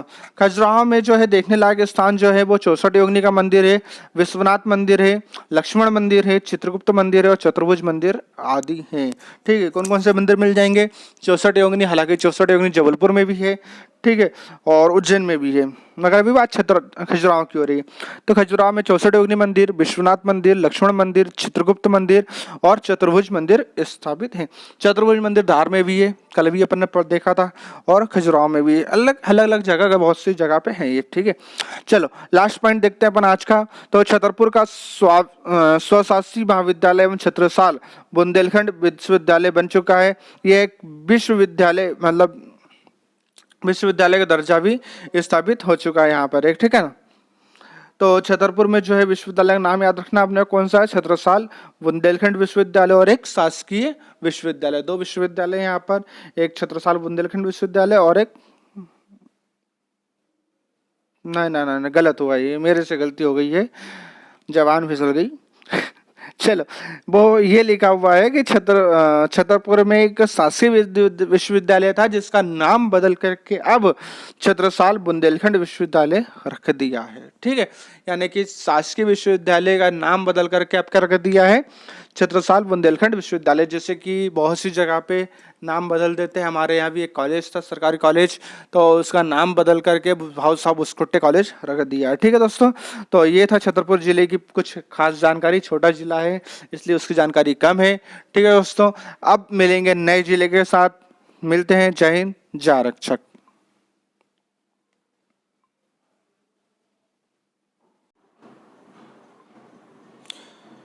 हेलो दोस्तों, नमस्कार, मैं नितिन, एक बार फिर स्वागत है आपका अपने परिवार इजी टू सक्सेस में। दोस्तों, अभी तक अपने 3 जिले हो चुके थे, मध्य प्रदेश जिला दर्शन चल रहा था, 3 जिले हो चुके थे, तीनों जिले की क्यूज भी मैं करवा चुका था, अपने टेलीग्राम के चैनल पे क्यूज हो चुकी थी। और मैंने कल ही आपसे बोला था कि अगर पीडीएफ आपको मिल रहा है, पीडीएफ मिल रही है, तो लगभग 25 में से 24 या 25 के 25 आंसर सही होना चाहिए। क्यों? क्योंकि आपको पहले पढ़ना है और बाद में उसके आंसर देना। ठीक है, इसलिए जितना ज़्यादा से ज़्यादा अच्छा हो सके अपने को उतना देना। ठीक है, मगर फिर भी देखने को मिला है कल बहुत से लोगों के 15 या 16 नंबर से कम थे। ठीक है, 6 लोग ऐसे थे जिनके टॉप 20 से ज़्यादा थे शायद। 6 लोग ऐसे थे जिनके 20-21 नंबर से ज़्यादा थे, ठीक है। तो उम्मीद करता हूँ कि आप अपना भी अच्छा दें, सबसे अच्छा दें। और अगर अपने को PDF मिल रही है और वीडियो मिल रहे हैं तो फिर अपन 25 के 25 मार्क्स पूरे लेकर के आए, ठीक है। चलिए, तो मध्य प्रदेश जिला दर्शन का अपन पहला मतलब चौथा पार्ट जो है वो शिवपुरी जिला, मैंने पहले बोला था क्या शिवपुरी जिला पढ़ेंगे अपन, तो शिवपुरी जिला अपन स्टार्ट करते हैं, ठीक है दोस्तों। चलिए, तो शिवपुरी जिला का मैप अपने को देखने को मिल रहा है कि मैप, और उसमें जो हाईलाइट तहसीलें हैं उनको मैं हाईलाइट कर ही देता हूँ। कौन कौन सी तहसीलें इसमें पोहरी, नरवर, खुद शिवपुरी, करेरा, पिछोरा, कोलारस, बंदरवास और कन्हैया ढाना, ठीक है। तो ये इस प्रकार से टोटल अपने पास कितनी तहसीलें हैं, 8 तहसीलें हैं, ठीक है। तो ये 8 तहसीलें अपने को देखने को मिल रही हैं। नाम एक बार फिर मैं बोल देता हूँ: पोहरी, शिवपुरी, नरवर, करेरा, कोलारस, पिछोरा, कन्हैया ढाना और बंदरवास, ठीक है। ये 8 तहसीलें हैं। चलिए, अपन इसकी प्रमुख बातें करते हैं, जो खास खास बातें होती हैं।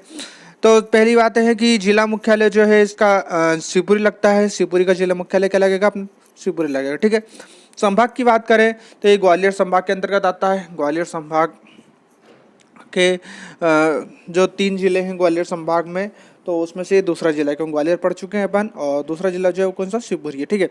अगर इसका क्षेत्रफल की बात करें तो इसका क्षेत्रफल होता है टोटल 10,277 वर्ग किलोमीटर, ठीक है। 10,277 वर्ग किलोमीटर इसका टोटल क्षेत्रफल है। अगर इसकी जनसंख्या की बात करें कि जनसंख्या 2011 के आंकड़े के अनुसार कितनी है, तो इसकी जनसंख्या 17,25,818, ठीक है। 17 लाख इसकी जनसंख्या है टोटल। और लिंग अनुपात है इसका 877। साक्षरता दर की बात करें तो साक्षरता दर इसकी है 63.7%, मतलब 63.7%, ठीक है। दोस्तों देखो, इतनी चीज़ें हैं इसमें, फिर भी बहुत बार सोचते हैं कि हम यही याद नहीं करें, तो फिर भी अपने को क्या क्या याद होना चाहिए बताता हूँ, क्वेश्चन कहाँ से बनते हैं, ठीक है। सबसे पहले अपने को पता होना चाहिए, देखो जिला मुख्यालय नहीं पूछता वो कि शिवपुरी का जिला मुख्यालय, हर व्यक्ति को पता होता है कि जो जिला होता है वो उसका मुख्यालय होता है, ठीक है। तो ग्वालियर है, शिवपुरी है, धार है, छतरपुर, कोई भी हो उसका जिला मुख्यालय खुद होगा, ठीक। यहाँ से क्वेश्चन नहीं बनेंगे, ठीक है। क्वेश्चन बनता है यहाँ से पहला क्वेश्चन कि शिवपुरी किस संभाग के अंतर्गत आता है, ग्वालियर किस संभाग के अंतर्गत आता है, छतरपुर किस संभाग के अंतर्गत आता है, धार किस संभाग के अंतर्गत, मतलब संभाग से क्वेश्चन बनता है, ठीक है। इसलिए अपने को संभाग पता होना चाहिए कि कौन से संभाग के अंतर्गत आता है। शिवपुरी कौन संभाग में आता है, ग्वालियर, ठीक है। अगला, क्षेत्रफल से क्वेश्चन बन जाते हैं बहुत बार कि क्षेत्रफल पूछ लेता है कि क्षेत्रफल कितना है, ठीक है। तो क्षेत्रफल पता होना चाहिए 10,270 वर्ग किलोमीटर। जनसंख्या से बहुत कम चांस रहते हैं, 5% की जनसंख्या से क्वेश्चन बनेंगे, ठीक है। जनसंख्या अगर नहीं भी याद हो रही है तो कोई दिक्कत नहीं, क्यूज में भी देखा होगा कि मैं जनसंख्या से क्वेश्चन नहीं बनाता हूँ, ठीक है। हालांकि क्षेत्रफल से भी नहीं बनाता हूँ क्योंकि चांसेस कम रहते हैं उसके, ठीक है। लिंग अनुपात मोस्ट है, लिंग अनुपात अपने को पता होना चाहिए। लिंग अनुपात तो बिल्कुल याद होना चाहिए कि लिंग अनुपात किसी भी जिले का पूछ सकता है, किसी भी राज्य का पूछ सकता है, ठीक है। तो लिंग अनुपात और साक्षरता दर ये मोस्ट है दोनों, ठीक है। महिला साक्षरता मत पढ़ो, पुरुष साक्षरता मत पढ़ो, मगर टोटल साक्षरता जितनी होती है वो उसको याद होना चाहिए, ठीक है। तो लिंग अनुपात जो है वो 877 है और साक्षरता दर जो है वो 63.7% है, ठीक है। चलिए, अगर पुरुष साक्षरता दर की बात करें तो 74.6%। हालांकि नहीं बनेगा क्वेश्चन किसी भी जिले की पुरुष साक्षरता दर या महिला साक्षरता दर नहीं पूछा जाता है, मगर फिर भी अपने को एक नॉलेज के लिए अपने को पता होना चाहिए, ठीक है। हल्का दिमाग में रखना पड़ेगा ये। तो पुरुष साक्षरता दर जो है 74.6% है और महिला साक्षरता स्त्री साक्षरता दर की बात करें तो 48.8% है, ठीक है। नगरीय साक्षरता दर मतलब कितने नगर के लोग हैं तो 17.1% है नगरीय साक्षरता दर। और ग्रामीण साक्षरता दर जो है वो 82.9 82.9% है, लगभग 83% अपन बोल सकते हैं, ठीक है। जनसंख्या घनत्व की बात करें, जनसंख्या घनत्व कितना है तो जनसंख्या घनत्व जो है वो 168 किलोमीटर वर्ग किलोमीटर है, मतलब एक वर्ग किलोमीटर में कितने लोग रहते हैं 168 लोग, ठीक है। 1 किलोमीटर का ये एरिया नाप लेते हैं और इसमें कितने लोग रहते हैं उसको जनसंख्या घनत्व बोलते हैं, बताया था पहले ही मैंने, ठीक है। तो इसी को बोलते हैं जनसंख्या घनत्व, मतलब 1 किलोमीटर में कितने लोग रहते हैं 168 लोग रहते हैं। अगर कुल जनसंख्या से अनुसूचित जाति शेड्यूल कास्ट की बात करें कि अनुसूचित जाति कितनी है इस जिले में तो वह 18.6%।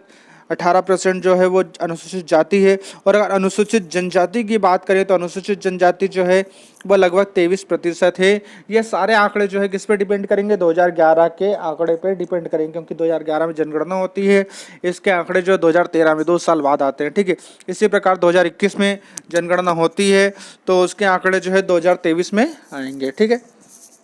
चलिए, अगर कृषि जोत का आकार देखें तो कृषि जोत का आकार जो है वो प्रति व्यक्ति की बात कर रहे हैं तो ये है 3.2 हेक्टेयर, गलती से 13 लिखा गया वो, ठीक है कितना वो 3.2 हेक्टेयर है, ठीक है। फिर से एक बार बोल रहा हूँ मैं, 3.2 हेक्टेयर है, गलती से कितना लिखा गया वो 13 लिखा गया, ठीक है। 3.2 हेक्टेयर है कृषि जोत का आकार। अगर तहसीलें की बात करें, तहसील में बता चुका हूँ, शिवपुरी, कोलारस, करेरा, पोहरी, पिछोरा, धनिया खाना धाना, ठीक है, बंदरवास और नरवर, ये 8 तहसीलें हैं, 8 तहसीलें हैं। और विकासखंड की बात करें तो विकासखंड 7 है, ठीक है। क्यों? क्योंकि नरवर जो है वो तहसील है मगर वो विकासखंड नहीं है, ठीक है। विकासखंड कौन कौन से हैं? शिवपुरी, कोलारस, करेरा, पोहरी, पिछोर, धनिया धाना, बंदरवास, ठीक है। इसमें नरवर जो है वो विकासखंड नहीं है, वो तहसील जरूर, ठीक है। चलिए, इसका सामान्य परिचय की बात करें तो शिवपुरी जिला क्षेत्रफल की दृष्टि से मध्य प्रदेश का दूसरा सबसे बड़ा जिला है, ठीक है। शिवपुरी जिला जो है वो क्षेत्रफल की दृष्टि से सबसे बड़ा जिला है, दूसरा सबसे बड़ा जिला है। यह मध्य प्रदेश की प्रथम पर्यटक नगरी है और यहाँ का सौंदर्य अनुपम है।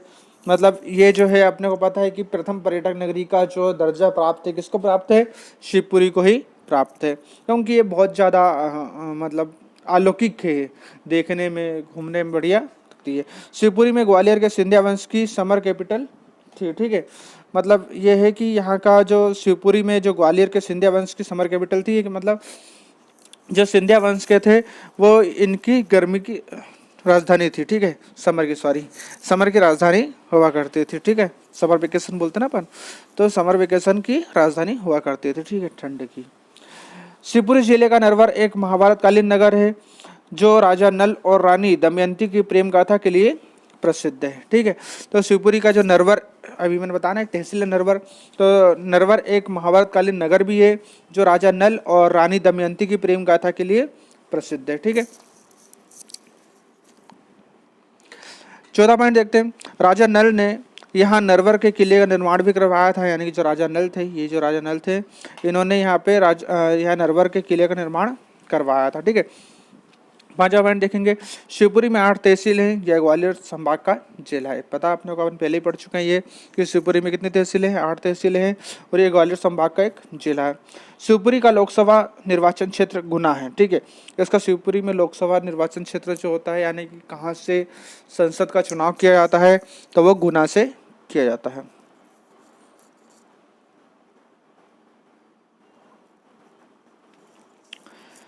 सातवां पॉइंट देखते हैं। यहाँ की मुख्य नदियाँ में पार्वती, सिंध, कूनो और बेतवा है जो जिले से गुजरती हैं। मतलब यहाँ पे 4 प्रमुख नदियाँ हैं, पार्वती, सिंध, कूनो और बेतवा, जो कि यहाँ से निकल के जाती हैं, यानी कि प्रवाहित होती हैं, ठीक है। चलिए, अगर इसकी प्रमुख दर्शनीय स्थल और औद्योगिक केंद्र की बात करें, यहाँ पर क्या क्या देखने लायक है, क्या औद्योगिक केंद्र, तो सबसे पहले अपन देखते हैं कि मध्य प्रदेश में कत्था बनाने का कारखाना एकमात्र, ठीक है, शिवपुरी में है, ठीक है, शिवपुरी के बानमोर में है। तो मध्य प्रदेश का कत्था कारखाना यही स्थित है, कहाँ पर है? शिवपुरी के बानमोर में, ठीक है। एक बार बता देता हूँ क्योंकि यहाँ से मैं शाम को क्वेश्चन जरूर पूछूंगा। बारमोर या फिर अपन बोल सकते हैं इसको बानमोर, ठीक है, याद रखना, ठीक है। तो मध्य प्रदेश का एक कत्था कारखाना कहाँ स्थित है? वो है शिवपुरी में स्थित है, शिवपुरी के बानमोर में, ठीक है। शिवपुरी में माधव राष्ट्रीय उद्यान है जो राष्ट्रीय राजमार्ग 3 में स्थित है। पता आपने होगा शिवपुरी में कौन सा राष्ट्रीय उद्यान स्थापित है? माधव राष्ट्रीय उद्यान है जो राष्ट्रीय राजमार्ग 3 में स्थापित है। अब दो क्वेश्चन यहाँ से बनते हैं। पहला क्वेश्चन बनता है कि शिवपुरी में निम्नलिखित में से कौन सा राष्ट्रीय उद्यान स्थापित है? माधव राष्ट्रीय उद्यान। यह कौन सा राजमार्ग में स्थित है? तो राजमार्ग 3 में स्थित है, ठीक है। क्वेश्चन पॉइंट 3 देखते हैं। माधव राष्ट्रीय उद्यान में जॉर्ज कैसल भवन और सांख्य सागर झील भी स्थित है, ठीक है। क्योंकि ये क्वेश्चन बहुत बार बन जाता है कि माधव राष्ट्रीय उद्यान में किसका भवन या किसका कार्यालय स्थित है, तो वो कौन का? जॉर्ज कौशल का, ठीक है, कैंसल नहीं कौशल होता है, वो जॉर्ज कौशल का भवन स्थित है और सांख्य सागर झील भी स्थित है। चौथा, तात्या टोपे को यहीं फांसी दी गई थी। तात्या टोपे स्मारक भी यहीं है। तात्या टोपे की या सिंधिया वंश की अधिकतर जिसको बोलते हैं समाधि, वो सब कहाँ पर है? शिवपुरी में ही है। सभी को फांसी यहीं पर दी गई थी, ठीक है। तो तात्या टोपे को यहीं फांसी दी गई थी और तात्या टोपे की जो समाधि स्थल है, स्मारक है, वो कहाँ पर है? शिवपुरी में। सांख्य राजा सिंधिया की छत्री यानी समाधि भी यही है। छत्री अलंकृत संगमरमर की कारीगरी का उत्कृष्ट का नमूना है। यानी कि जो समाधि बनी हुई है वो किससे बनी हुई है? वो सफेद संगमरमर से बनी हुई है, ठीक है। किसकी? सांख्य राजा सिंधिया की। चलो अगला देखते हैं। छतरी का निर्माण ग्वालियर नरेश श्री माधव महाराज ने अपनी माता की स्मृति में करवाया था। बाद में माधव महाराज की स्मृति में एक और छतरी का निर्माण हुआ है। इस तरह माता और पुत्र दोनों की छतरी आमने सामने है। यह स्थल एक पुत्र का अपनी माता के प्रति अटूट प्रेम का प्रतीक है। यानी कि कुल मिलाकर अपन ये बोल सकते हैं कि माँ और बेटे दोनों की समाधि कहाँ पर है? शिवपुरी में है। कौन कौन की है? तो ये माधव महाराज और उनकी माँ की है, ठीक है। सातवां देखेंगे, सोन चिड़िया के लिए वन्य जीव अभ्यारण्य शिवपुरी के करेरा में स्थित है। बहुत सही बात है कि अपने पता होना चाहिए कि शिवपुरी का करेरा अभ्यारण्य जो है वो बहुत ज़्यादा प्रसिद्ध है। और यहाँ पर किसका संरक्षण किया जा रहा है? सोन चिड़िया का, ठीक है। और अभ्यारण्य और राष्ट्रीय उद्यान में अंतर बता चुका था आपको पहले ही, इसलिए दोबारा जरूरत नहीं है। करेरा साथ ही ITP इंडो तिब्बन बॉर्डर पुलिस की छावनी भी है, ठीक है। जो करेरा राष्ट्रीय उद्यान तो है ही, सॉरी अभ्यारण्य तो है ही, वहाँ पर सोन चिड़िया का संरक्षण भी किया जा रहा है। और साथ ही ये ITP की छावनी भी। छावनी का मतलब क्या होता है? ठीक है, छावनी का मतलब ये होता है कि जहाँ पर किसी बटालियन मतलब पुलिस की टुकड़ी या सेना की टुकड़ी का रहने की जगह हो, ठीक है। जहाँ पर कोई सेना की टुकड़ी रह रही हो या पुलिस की टुकड़ी रह रही हो या फिर किसी विशेष प्रकार की सशस्त्र बल वाले रह रहे हो, तो उसको अपन क्या बोलेंगे? छावनी, सैनिक छावनी बोलते हैं, ठीक है। जहाँ पर सैनिकों की रहने की जगह होती है, जहाँ पर सेना की रहने की जगह होती है, उसको अपन क्या बोलते हैं? छावनी बोलते हैं, ठीक है। तो यहाँ पर करेरा में कौन रह रहा है? ITP वाले। तो यहाँ पर कौन सी छावनी हो जाएगी? ITP छावनी हो जाएगी, ठीक है। चलिए आठवां देखते हैं। मध्य प्रदेश का वन विद्यालय यहीं स्थित है। मतलब मध्य प्रदेश का वन विद्यालय जो है वो कहाँ पर है? शिवपुरी में ही स्थित है, ठीक है। शिवपुरी में वन विद्यालय भी स्थित है। मध्य प्रदेश का प्रथम सौर चलित टेलीफोन एक्सचेंज अमोल पाटा में है, ठीक है। मतलब मध्य प्रदेश का प्रथम जो सौर चलित टेलीफोन था, सूर्य से चलने वाला, ठीक है, वो शिवपुरी के अमोल पाटा में स्थित है, ठीक है। और 10वां और लास्ट देखते हैं। मध्य प्रदेश में न्यूनतम तापमान यही पाया जाता है। मतलब मध्य प्रदेश में न्यूनतम तापमान जो है वो मतलब सबसे कम तापमान यानी सबसे ठंडा प्रदेश जो है वो कहाँ पर है? शिवपुरी ही माना जाता है, ठीक है। इसीलिए इसको बोला था समर वेकेशन के नाम से, इसको राजधानी भी बनाया था। किसने बनाया था? ये लिखा है सिंधिया वंश ने, ठीक है। चलिए दोस्तों, तो ये था अपना शिवपुरी का कुछ प्रमुख, कुछ खास। और कल फिर मिलेंगे एक नए जिले के साथ। और शायद कल देखते हैं हरदा जिले लेके आएंगे, क्योंकि बोला था मैंने ग्रुप में कि कल अपन हरदा जिले का वीडियो बनाएंगे, ठीक है दोस्तों। तो शाम को फिर देखते हैं शिवपुरी जिले से क्यूज कैसा रहता है। कल फिर मिलते हैं नए वीडियो के साथ। जय हिंद, जय भारत। हेलो दोस्तों, मैं नितिन, एक बार फिर स्वागत है आपका अपने परिवार इजी टू सक्सेस में। दोस्तों, अपनी मध्य प्रदेश जिला दर्शन की सीरीज चल रही है इस समय। और मध्य प्रदेश जिला दर्शन में एक जिला में डेली आपके लिए लेकर के आ रहा हूँ, ठीक है। अपना टॉपिक जो है डेली में बता देता हूँ एक दिन पहले, और अपना टॉपिक एक जिला प्रतिदिन रहता है, ठीक है। कल अपने शिवपुरी ज़िले के बारे में जानकारी ली थी और शिवपुरी ज़िले का क्यूज मतलब टेस्ट भी लिया था अपने ग्रुप में, टेलीग्राम के ग्रुप में। और मैंने बोला था जिसमें फुल मार्क्स आउट ऑफ 25 लेकर के आएंगे। और वही माना जाएगा कि भैया इनने मेहनत की है वाकई में। बाकी तो तुक्का मार के भी 20-22 नंबर ला सकते हैं, ठीक है। तो कल जो मार्क्स लेकर के आए थे 22 क्वेश्चन थे कल, ठीक है। 25 थे, मगर नेटवर्क प्रॉब्लम की वजह से कुछ बीच में रुक गई थी, 3 क्वेश्चन नहीं हो पाए थे। 22 क्वेश्चन, और 22 में से 22 नंबर जो लेकर के आई थी हमारी गर्ल्स थी तीनों, ठीक है। और तीनों लड़कियों ने हाथ मारा। पहले नंबर पे जो थी वो थे अपने RK झा, ठीक है। पहले नंबर पे जो थे वो कौन थे? RK झा उर्फ जादूगर। नाम से ही पता लग रहा है कि भाई जादू है इनमें। तो पहले नंबर पे तो आना स्वाभाविक बात है, ठीक है। तो पहले नंबर पे थे जादूगर। दूसरे नंबर पे थे कृतिका, ठीक है। और तीसरे नंबर पे थे टीना जाट, ठीक है। तो 3 गर्ल्स थी, तीनों गर्ल्स ने फुल मार्क्स लेकर के आई थी और लड़कों की नाक काट के रख दी थी, ठीक है। तो उम्मीद करता हूँ कि आज लड़के टॉप करें, अच्छे मार्क्स लेकर के आए और पहले स्थान से इनको हटाएं, ठीक है। चलिए देखते हैं, शाम को पता लगेगा वो तो क्विज में क्या होता है। तो बहुत बहुत बधाई हो जादूगर को, कृतिका को और टीना को, ठीक है। आज फिर देखते हैं, आज अपन मंडला जिला पढ़ रहे हैं, अपन मंडला जिले की पूरी जानकारी लेंगे, महत्वपूर्ण तथ्य हैं, महत्वपूर्ण क्वेश्चंस जहां से बनते हैं वो पूरी जानकारी लेंगे और शाम को फिर इसका क्विज होगा रात को 9 बजे।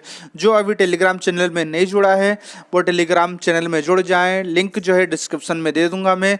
वहाँ पर डेली सुबह से शाम तक क्विज होती हैं, अलग अलग सब्जेक्ट की क्विज होती हैं। अभी एनटीपीसी की तैयारी करवा रहे हैं उसमें, और शाम को जो है वो प्रत्येक जिले वाइज क्विज होती हैं। अभी जैसे कि आज का टॉपिक रहेगा अपना मंडला जिला, ठीक है। चलो शुरू करते हैं।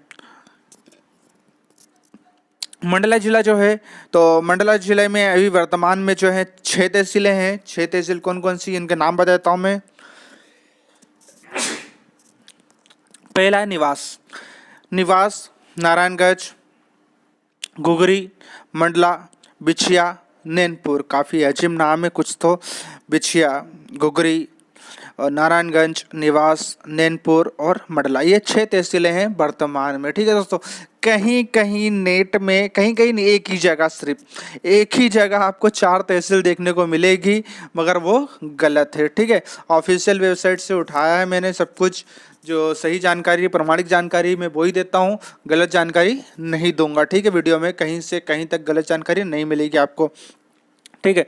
तो 6 तहसीलें हैं वर्तमान में अभी, 6 तहसील के नाम बता चुका हूँ। विकासखंड की बात करेंगे तो विकासखंड भी वर्तमान में 9 है, ठीक है दोस्तों। चलिए आगे बढ़ते हैं अपन। अगर जिला मुख्यालय की बात करेंगे तो अपने को पता है, मैं पहले ही बोल चुका हूँ, जिला मुख्यालय जिला ही रहता है, मतलब मंडला जिले की बात हो रही तो जिला मुख्यालय क्या रहेगा, मंडला ही रहेगा। संभाग की बात करें तो संभाग इसमें लगता है जबलपुर संभाग। मंडला जिला किस संभाग के अंतर्गत आता है, तो ये जबलपुर संभाग के अंतर्गत आता है। इसके क्षेत्रफल की बात करें तो क्षेत्रफल है इसका 5800 वर्ग किलोमीटर या 5800 वर्ग किलोमीटर बोल सकते हैं अपन, ठीक है। तो 5800 वर्ग किलोमीटर का क्षेत्रफल है। जनसंख्या 2011 के अनुसार बात करेंगे 10,54,905 जनसंख्या है इसकी, 10,54,905 इसकी जनसंख्या है। साक्षरता दर की बात करेंगे तो साक्षरता दर है इसकी 66.9%, यानी 66.9% इसकी साक्षरता दर है। अपन इसको लगभग 67% भी बोल सकते हैं, यानी 67% इसकी जनसंख्या अपन बोल सकते हैं, ठीक है। पुरुष साक्षरता दर की बात करेंगे तो ज़्यादा है, 77.5% पुरुष साक्षरता दर है, 77.5%। अगर इसकी महिला साक्षरता दर की बात करें, स्त्री साक्षरता दर की बात करें तो स्त्री साक्षरता दर एक अपने को देखने को मिला कि स्त्री साक्षरता दर प्रत्येक जिले में कम ही रहती है, जबकि इतना बढ़ावा दिया जा रहा है महिलाओं को पढ़ाओ, महिलाओं को लिखाओ, और महिलाएं क्विज में टॉप भी कर रही हैं।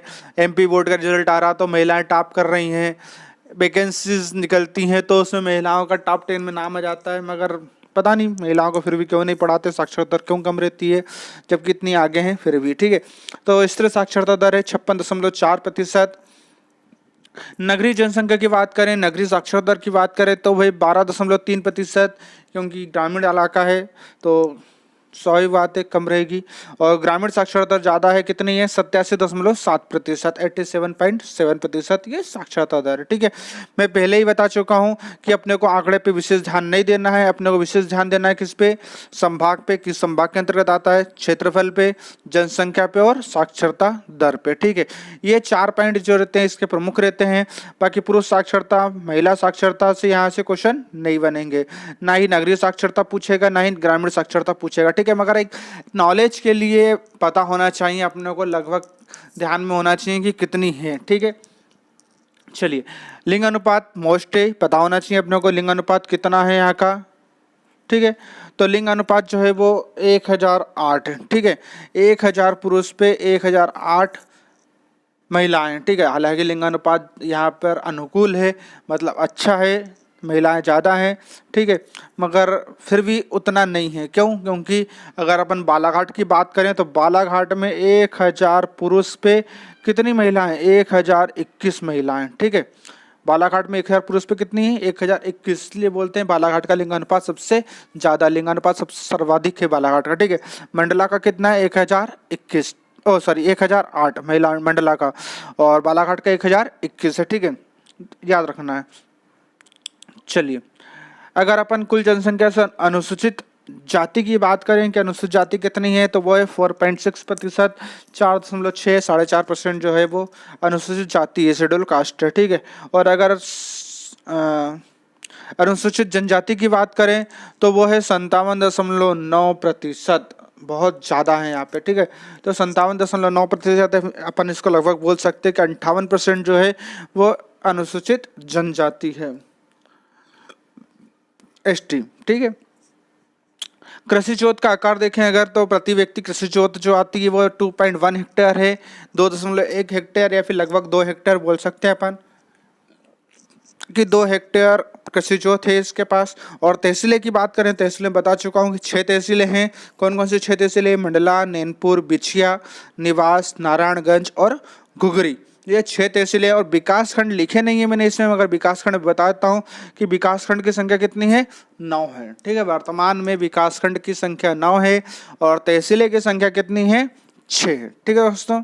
चलिए, सामान्य परिचय की बात करेंगे अपन इसके, तो मंडला जिला मध्य प्रदेश के पूर्व भाग में स्थित है। सबसे पहले अपने को बताना चाहिए किस भाग में स्थित है, पूर्वी भाग में स्थित है। मंडला सतपुड़ा पहाड़ियों में स्थित है, ठीक है। कौन सी पहाड़ियों में स्थित है ये, सतपुड़ा की पहाड़ियों में। मंडला गोंड वंश की राजधानी रह चुका है। यहाँ किले और जो मूर्तियों वगैरह के या फिर जिसको बोलते हैं अपन दुर्ग के अवशेष मिलते हैं, ठीक है। ये नहीं है दुर्ग है, वो के अवशेष मिलते हैं, ठीक है। तो मंडला जिले में जनजातियों की अधिकता है। अभी अपन ने देखा कि जनजातियां जो है लगभग 56% है। तो अधिकता है, यहाँ के 60% निवासी गोंड जनजाति के हैं, ठीक है।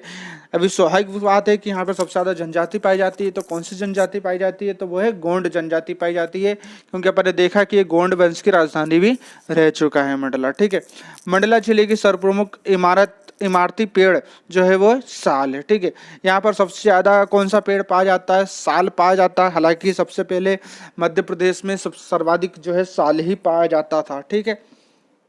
मगर उसमें एक कीटाणु लगा बोरा नाम का, और उसके कारण हमने को बहुत ज़्यादा साल के पेड़ काटने पड़े। तो अब साल के पेड़ कम हो गए हैं और सागौन के पेड़ ज़्यादा हो गए। तो पहले स्थान पर सागौन आ गया मध्य प्रदेश में और दूसरे नंबर पर साल आ गया, नहीं तो पहले साल ही था, ठीक है। तो मंडला जिले में सबसे प्रमुख पेड़ जो है वो कौन सा है, साल का है। बाकी उसके अलावा बांस, टीक और हरड़ ये वृक्ष भी मिल जाएंगे बहुत यात्रा में, ठीक है, बहुत मात्रा में, ठीक है। तो बांस, टीक और हरण भी मिल जाते हैं, मगर सबसे प्रमुख कौन सा है, साल है, ठीक है। नदियों की घाटियों में धान, गेहूं और तिलहन की उपज होती है। यानी कि मंडला में कौन सी सबसे ज्यादा उपज होती है, तो वो होती है धान की, गेहूं की और तिलहन की। क्यों धान की क्यों होती है, यहाँ तो ज्यादा पानी भी नहीं आता, ठीक है। क्यों, फिर भी देखो मैं बताता हूँ कि शायद सुना होगा तुमने या फिर नहीं सुना हो, तो मैं बता देता हूँ कि मंडला जो है, ठीक है, ये मंडला मान लो, तो अमरकंटक से यहाँ से नर्मदा नदी निकलती है, ठीक है। तो अमरकंटक से नर्मदा नदी निकलती है और वो क्या करती है कि मंडला को चारों तरफ से घेरती हुई फिर सीधे आगे बढ़ती है, ठीक है। समझ में आया, ये मंडला है, ये मंडला है, ये अमरकंटक से नर्मदा नदी निकल रही है। तो इसने क्या किया कि इधर से चारों तरफ से घेरा नर्मदा नदी ने मंडला को और सीधे चली गई। इसीलिए बोलते हैं, एक प्रश्न भी बनता है, यहाँ से क्वेश्चन बनता है कि नर्मदा नदी किस जिले को कुंडली नुमा आकार में घेरते हुए प्रभावित होती है, ठीक है। तो कौन सा जिला है, मंडला जिला ही है। मंडले जिले को चारों तरफ से घेरती है, कुंडली नुमा आकार बनाती है और उसके बाद सीधे जाती है, ठीक है। तो चारों तरफ से मंडला जो है नर्मदा से घिरा हुआ है, इसलिए यहाँ पर पानी की कोई दिक्कत नहीं है, सर्वाधिक मात्रा में पानी मिल जाता है। इसीलिए जहाँ पर सर्वाधिक मात्रा में पानी है वहाँ पे कौन सी खेती होती है, धान की खेती है, स्वाभाविक बात है, ठीक है। तो यहाँ पर धान, गेहूं और तिलहन की उपज सर्वाधिक मात्रा में होती है, ठीक है। चलिए आगे बढ़ते हैं। लाख उत्पादन, लकड़ी चीरना, पान उगाना, पशुपालन, चटाई और रस्सियों का निर्माण यहाँ के लोगों का उद्गम है। मतलब यहाँ के लोगों का प्रमुख व्यवसाय जो है वो कौन सा है, लाख उत्पादन, कत्था बनता है जिससे लाख उत्पादन, मतलब जैसे चूड़ी बनती है, खेत से कत्था बनता है, चूड़ी जो है वो लाख से बनती है, ठीक है। लाख की चूड़ी देखी होगी ना। साथ में अपन ने देखा होगा कि अगर कोई सरकारी दस्तावेज देखते हो, सरकारी दस्तावेज नहीं भी देखे हो तो शायद आपने एग्जाम देने जाते थे पहले तो अपने कॉपीज खुलती थी, कॉपी का बंडल खुलते तो उस पर एक कत्थई कलर की सील लगी हुई रहती थी, ठीक है ना। तो वही सील जो लगी रहती है वो किसकी लगी रहती है, लाख की लगी रहती है, ठीक है। सरकारी दस्तावेज को पैक करने में जो सील लगाते हैं, ताल लगाने में जो सील लगाते हैं वो लाख की रहती है, ठीक है। तो लाख उत्पादन में, लकड़ी चीरने में, पान उगाने में भी प्रमुख है मंडला, ठीक है। पशुपालन, चटाई और रस्सियों का निर्माण यहाँ के लोगों का प्रमुख व्यवसाय रहा है।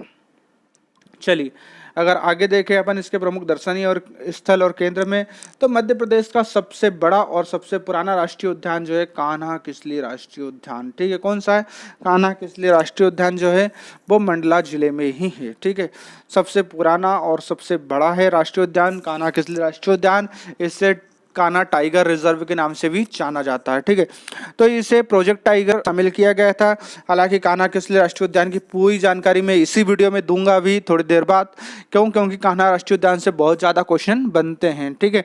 और मंडला जिले के अंतर्गत आता है तो उसको अभी खत्म करेंगे अपन तुरंत, ठीक है। चलिए कान्हा टाइगर रिजर्व में होलो घाटी और बंजर घाटी प्रमुख 2 दर्शनीय स्थल है, इसकी भी चर्चा करेंगे अपन अभी। मंडला जिले के रामनगर में नर्मदा और बंजर नदी के संगम स्थल पर राजा हृदयसा द्वारा एक किला स्थित है। बहुत अच्छा किला है, ये देख के आया था मैं। तो इसको हृदयसा किला के नाम से भी जानते हैं अपन। और ये जो है वो बंजर नदी और नर्मदा नदी के दोनों के संगम पर बना हुआ है, ठीक है। इस टाइप के वहाँ पर क्या है कि इस टाइप से संगम है, इस प्रकार से नर्मदा जाती है और ये जो है यहाँ पर आकर के बंजर नदी मिलती है, ठीक है। और किला जो है वो यहाँ पर एक टापू है, तो यहाँ पर बना हुआ है वो किला, ठीक है। चलिए देखना कभी जाना हो तो। आगे देखते हैं अपन। तो मंडला जिले में राजा नरेश शाह द्वारा निर्मित एक दुर्ग है, ठीक है।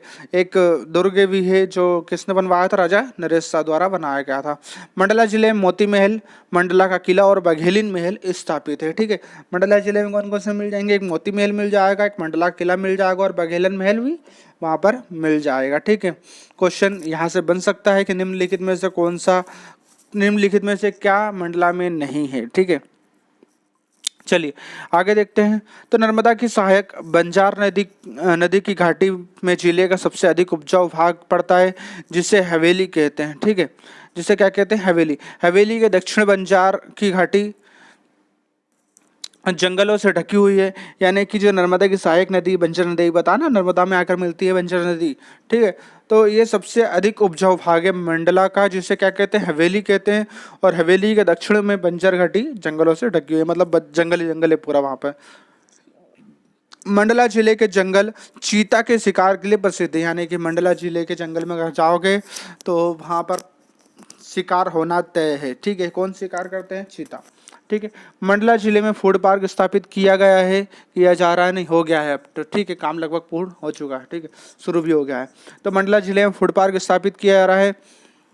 मंडला जिले का प्रमुख औद्योगिक केंद्र मनेरी में है। मंडला जिले का प्रमुख औद्योगिक केंद्र कहाँ पर है, मनेरी में है, ठीक है। मंडला जिले में फेन अभ्यारण्य भी है। कौन सा अभ्यारण्य, मंडला जिले में फेन अभ्यारण्य भी है।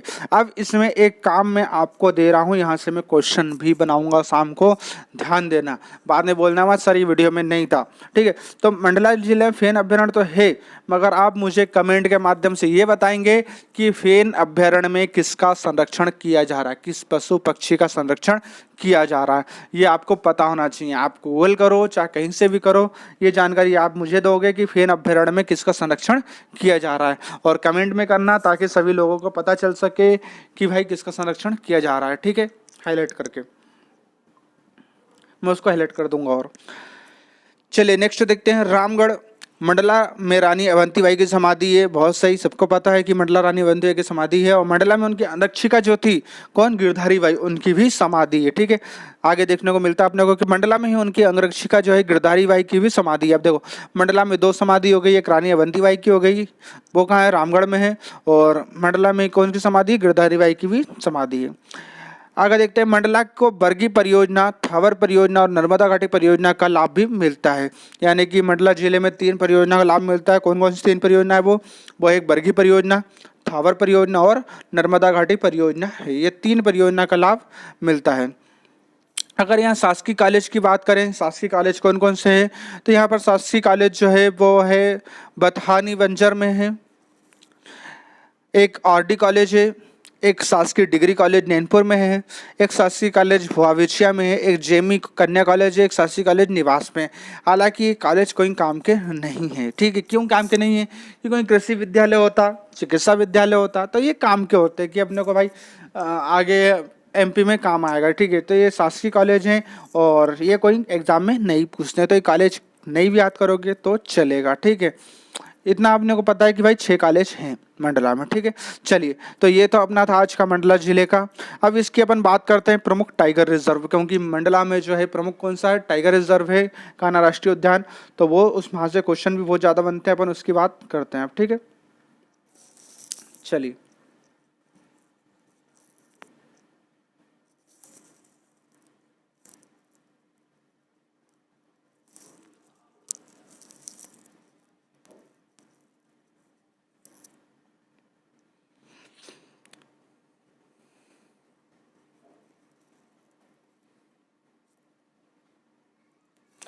टाइगर रिजर्व की बात करें अगर, तो कान्हा टाइगर रिजर्व है जो अपने को देखने को मिल रहा है। तो अपन देखते हैं, हाईलाइट करते आता हूँ उनको चीज़ों को मैं। कान्हा टाइगर रिजर्व, जिसे कान्हा राष्ट्रीय उद्यान भी कहा जाता है, नाम मैंने बताया था आपको कि कान्हा राष्ट्रीय उद्यान है, कान्हा टाइगर रिजर्व के नाम से भी बनाता है। भारत के बाघों के भंडार में से एक है, ठीक है। सर्वाधिक बाघ जहाँ पाए जाते हैं, क्योंकि मध्य प्रदेश में ही पाए जाते हैं, और मध्य प्रदेश में कहाँ? टाइगर रिजर्व कान्हा राष्ट्रीय उद्यान में पाए जाते हैं। इसीलिए इसे मध्य प्रदेश का अपन टाइगर स्टेट के नाम से भी जानते हैं। भारत के मध्य में स्थित मध्य प्रदेश का सबसे बड़ा राष्ट्रीय उद्यान है ये, ठीक है। सबसे बड़ा राष्ट्रीय उद्यान कौन सा है? टाइगर रिजर्व, क्या है? कान्हा राष्ट्रीय उद्यान ही है। वर्तमान कान्हा क्षेत्र को क्रमशः 250 से 300 किलोमीटर में 2 अभ्यारण्यों में बांटा गया है। कौन कौन से में? एक हालो घाटी और एक बंजर घाटी में। बताया था यहाँ पे 2 घाटी प्रसिद्ध है, हालो घाटी और बंजर घाटी, दोनों अभ्यारण्य, दोनों में बांटा गया है, ठीक है। कान्हा नेशनल पार्क 1 जून 1955 को बनाया गया था। कब बनाया गया था? 1 जून 1955 को बनाया गया था। और 1973 में कान्हा टाइगर रिजर्व बना दिया गया था। यानी कि ये पहले अभ्यारण्य बना था 55 में, जिसे नेशनल पार्क बोलते हैं, और बाद में ये 1973 में क्या बन गया था? टाइगर रिजर्व बन गया था, ठीक है। आज यह 2 जिलों मंडला और बालाघाट में 940 किलोमीटर के क्षेत्र में फैला है। यानी कि टाइगर रिजर्व जो कितने जिलों में फैला हुआ है? 2 जिलों में। कौन कौन से में? एक मंडला में और एक बालाघाट में फैला है। कितने किलोमीटर? 940 किलोमीटर के क्षेत्र में फैला है। यह इसे मध्य भारत का सबसे बड़ा राष्ट्रीय उद्यान बनाता है। मध्य प्रदेश का सबसे बड़ा राष्ट्रीय उद्यान इसलिए बनाता है ये। कान्हा टाइगर रिजर्व पर्यटकों के लिए शीर्ष 10 प्रसिद्ध स्थानों में से एक है। यानी पूरे भारत की बात हो रही है कि पूरे भारत में 10 प्रसिद्ध जो टॉप 10 में आते हैं, उसमें से कौन सा? टाइगर रिजर्व कान्हा है, ठीक है। पार्क में टाइगर, भारतीय तेंदुए, सुस्त भालू, बारहसिंगा और भारतीय जंगली कुत्ते की महत्वपूर्ण आबादी देखने को मिली है। यानी कि यहाँ पर सबसे ज़्यादा क्या देखने को मिलेगा? टाइगर देखने को मिलेंगे, भारतीय तेंदु, भालू, बारहसिंगा और जंगली कुत्ते देखने को मिलेंगे। रुडयार्ड किपलिंग बहुत अच्छी बुक लिखी है, इन्हें उपन्यास लिखी है, ठीक है ना, जंगल बुक। तो रुडयार्ड किपलिंग के लिए प्रसिद्ध उपन्यास द जंगल बुक में दर्शाए गए जंगल के को कुछ लोगों द्वारा इस रिजर्व सहित जंगलों पर आधारित माना जाता है। यह आधिकारिक रूप से शुभंकर भूर सिंह द बारासिंगा पेश करने वाला भारत का पहला बाघ अभ्यारण्य है, ठीक है। यानी कि नाम तो सुना होगा आपने कि द जंगल बुक किसकी है, ठीक है। क्वेश्चन बनते रहता है एग्जाम्स में कि जंगल बुक किसकी है, द जंगल बुक उपन्यास किसका है, द जंगल बुक किताब किसकी है, ठीक है। तो जंगल बुक जो है वो किसकी? वो रुडयार्ड किपलिंग की है। और उन्होंने इसी के आधार पर, मंडला जिले के आधार पर कान्हा राष्ट्रीय उद्यान पर ये बुक लिखी है, जिसका शुभंकर यानी प्रतीक चिन्ह जो है वो क्या है? भूरसिंह द बारासिंगा रखा है, ठीक है, जो कि भारत का पहला बाघ अभ्यारण्य है, ठीक है दोस्तों। तो ये थी अपने मंडला जिले की और कान्हा राष्ट्रीय उद्यान की प्रमुख और खास बातें। कल फिर मिलेंगे एक नए वीडियो के साथ। जब तक के लिए जय हिंद, जय आरक्षक।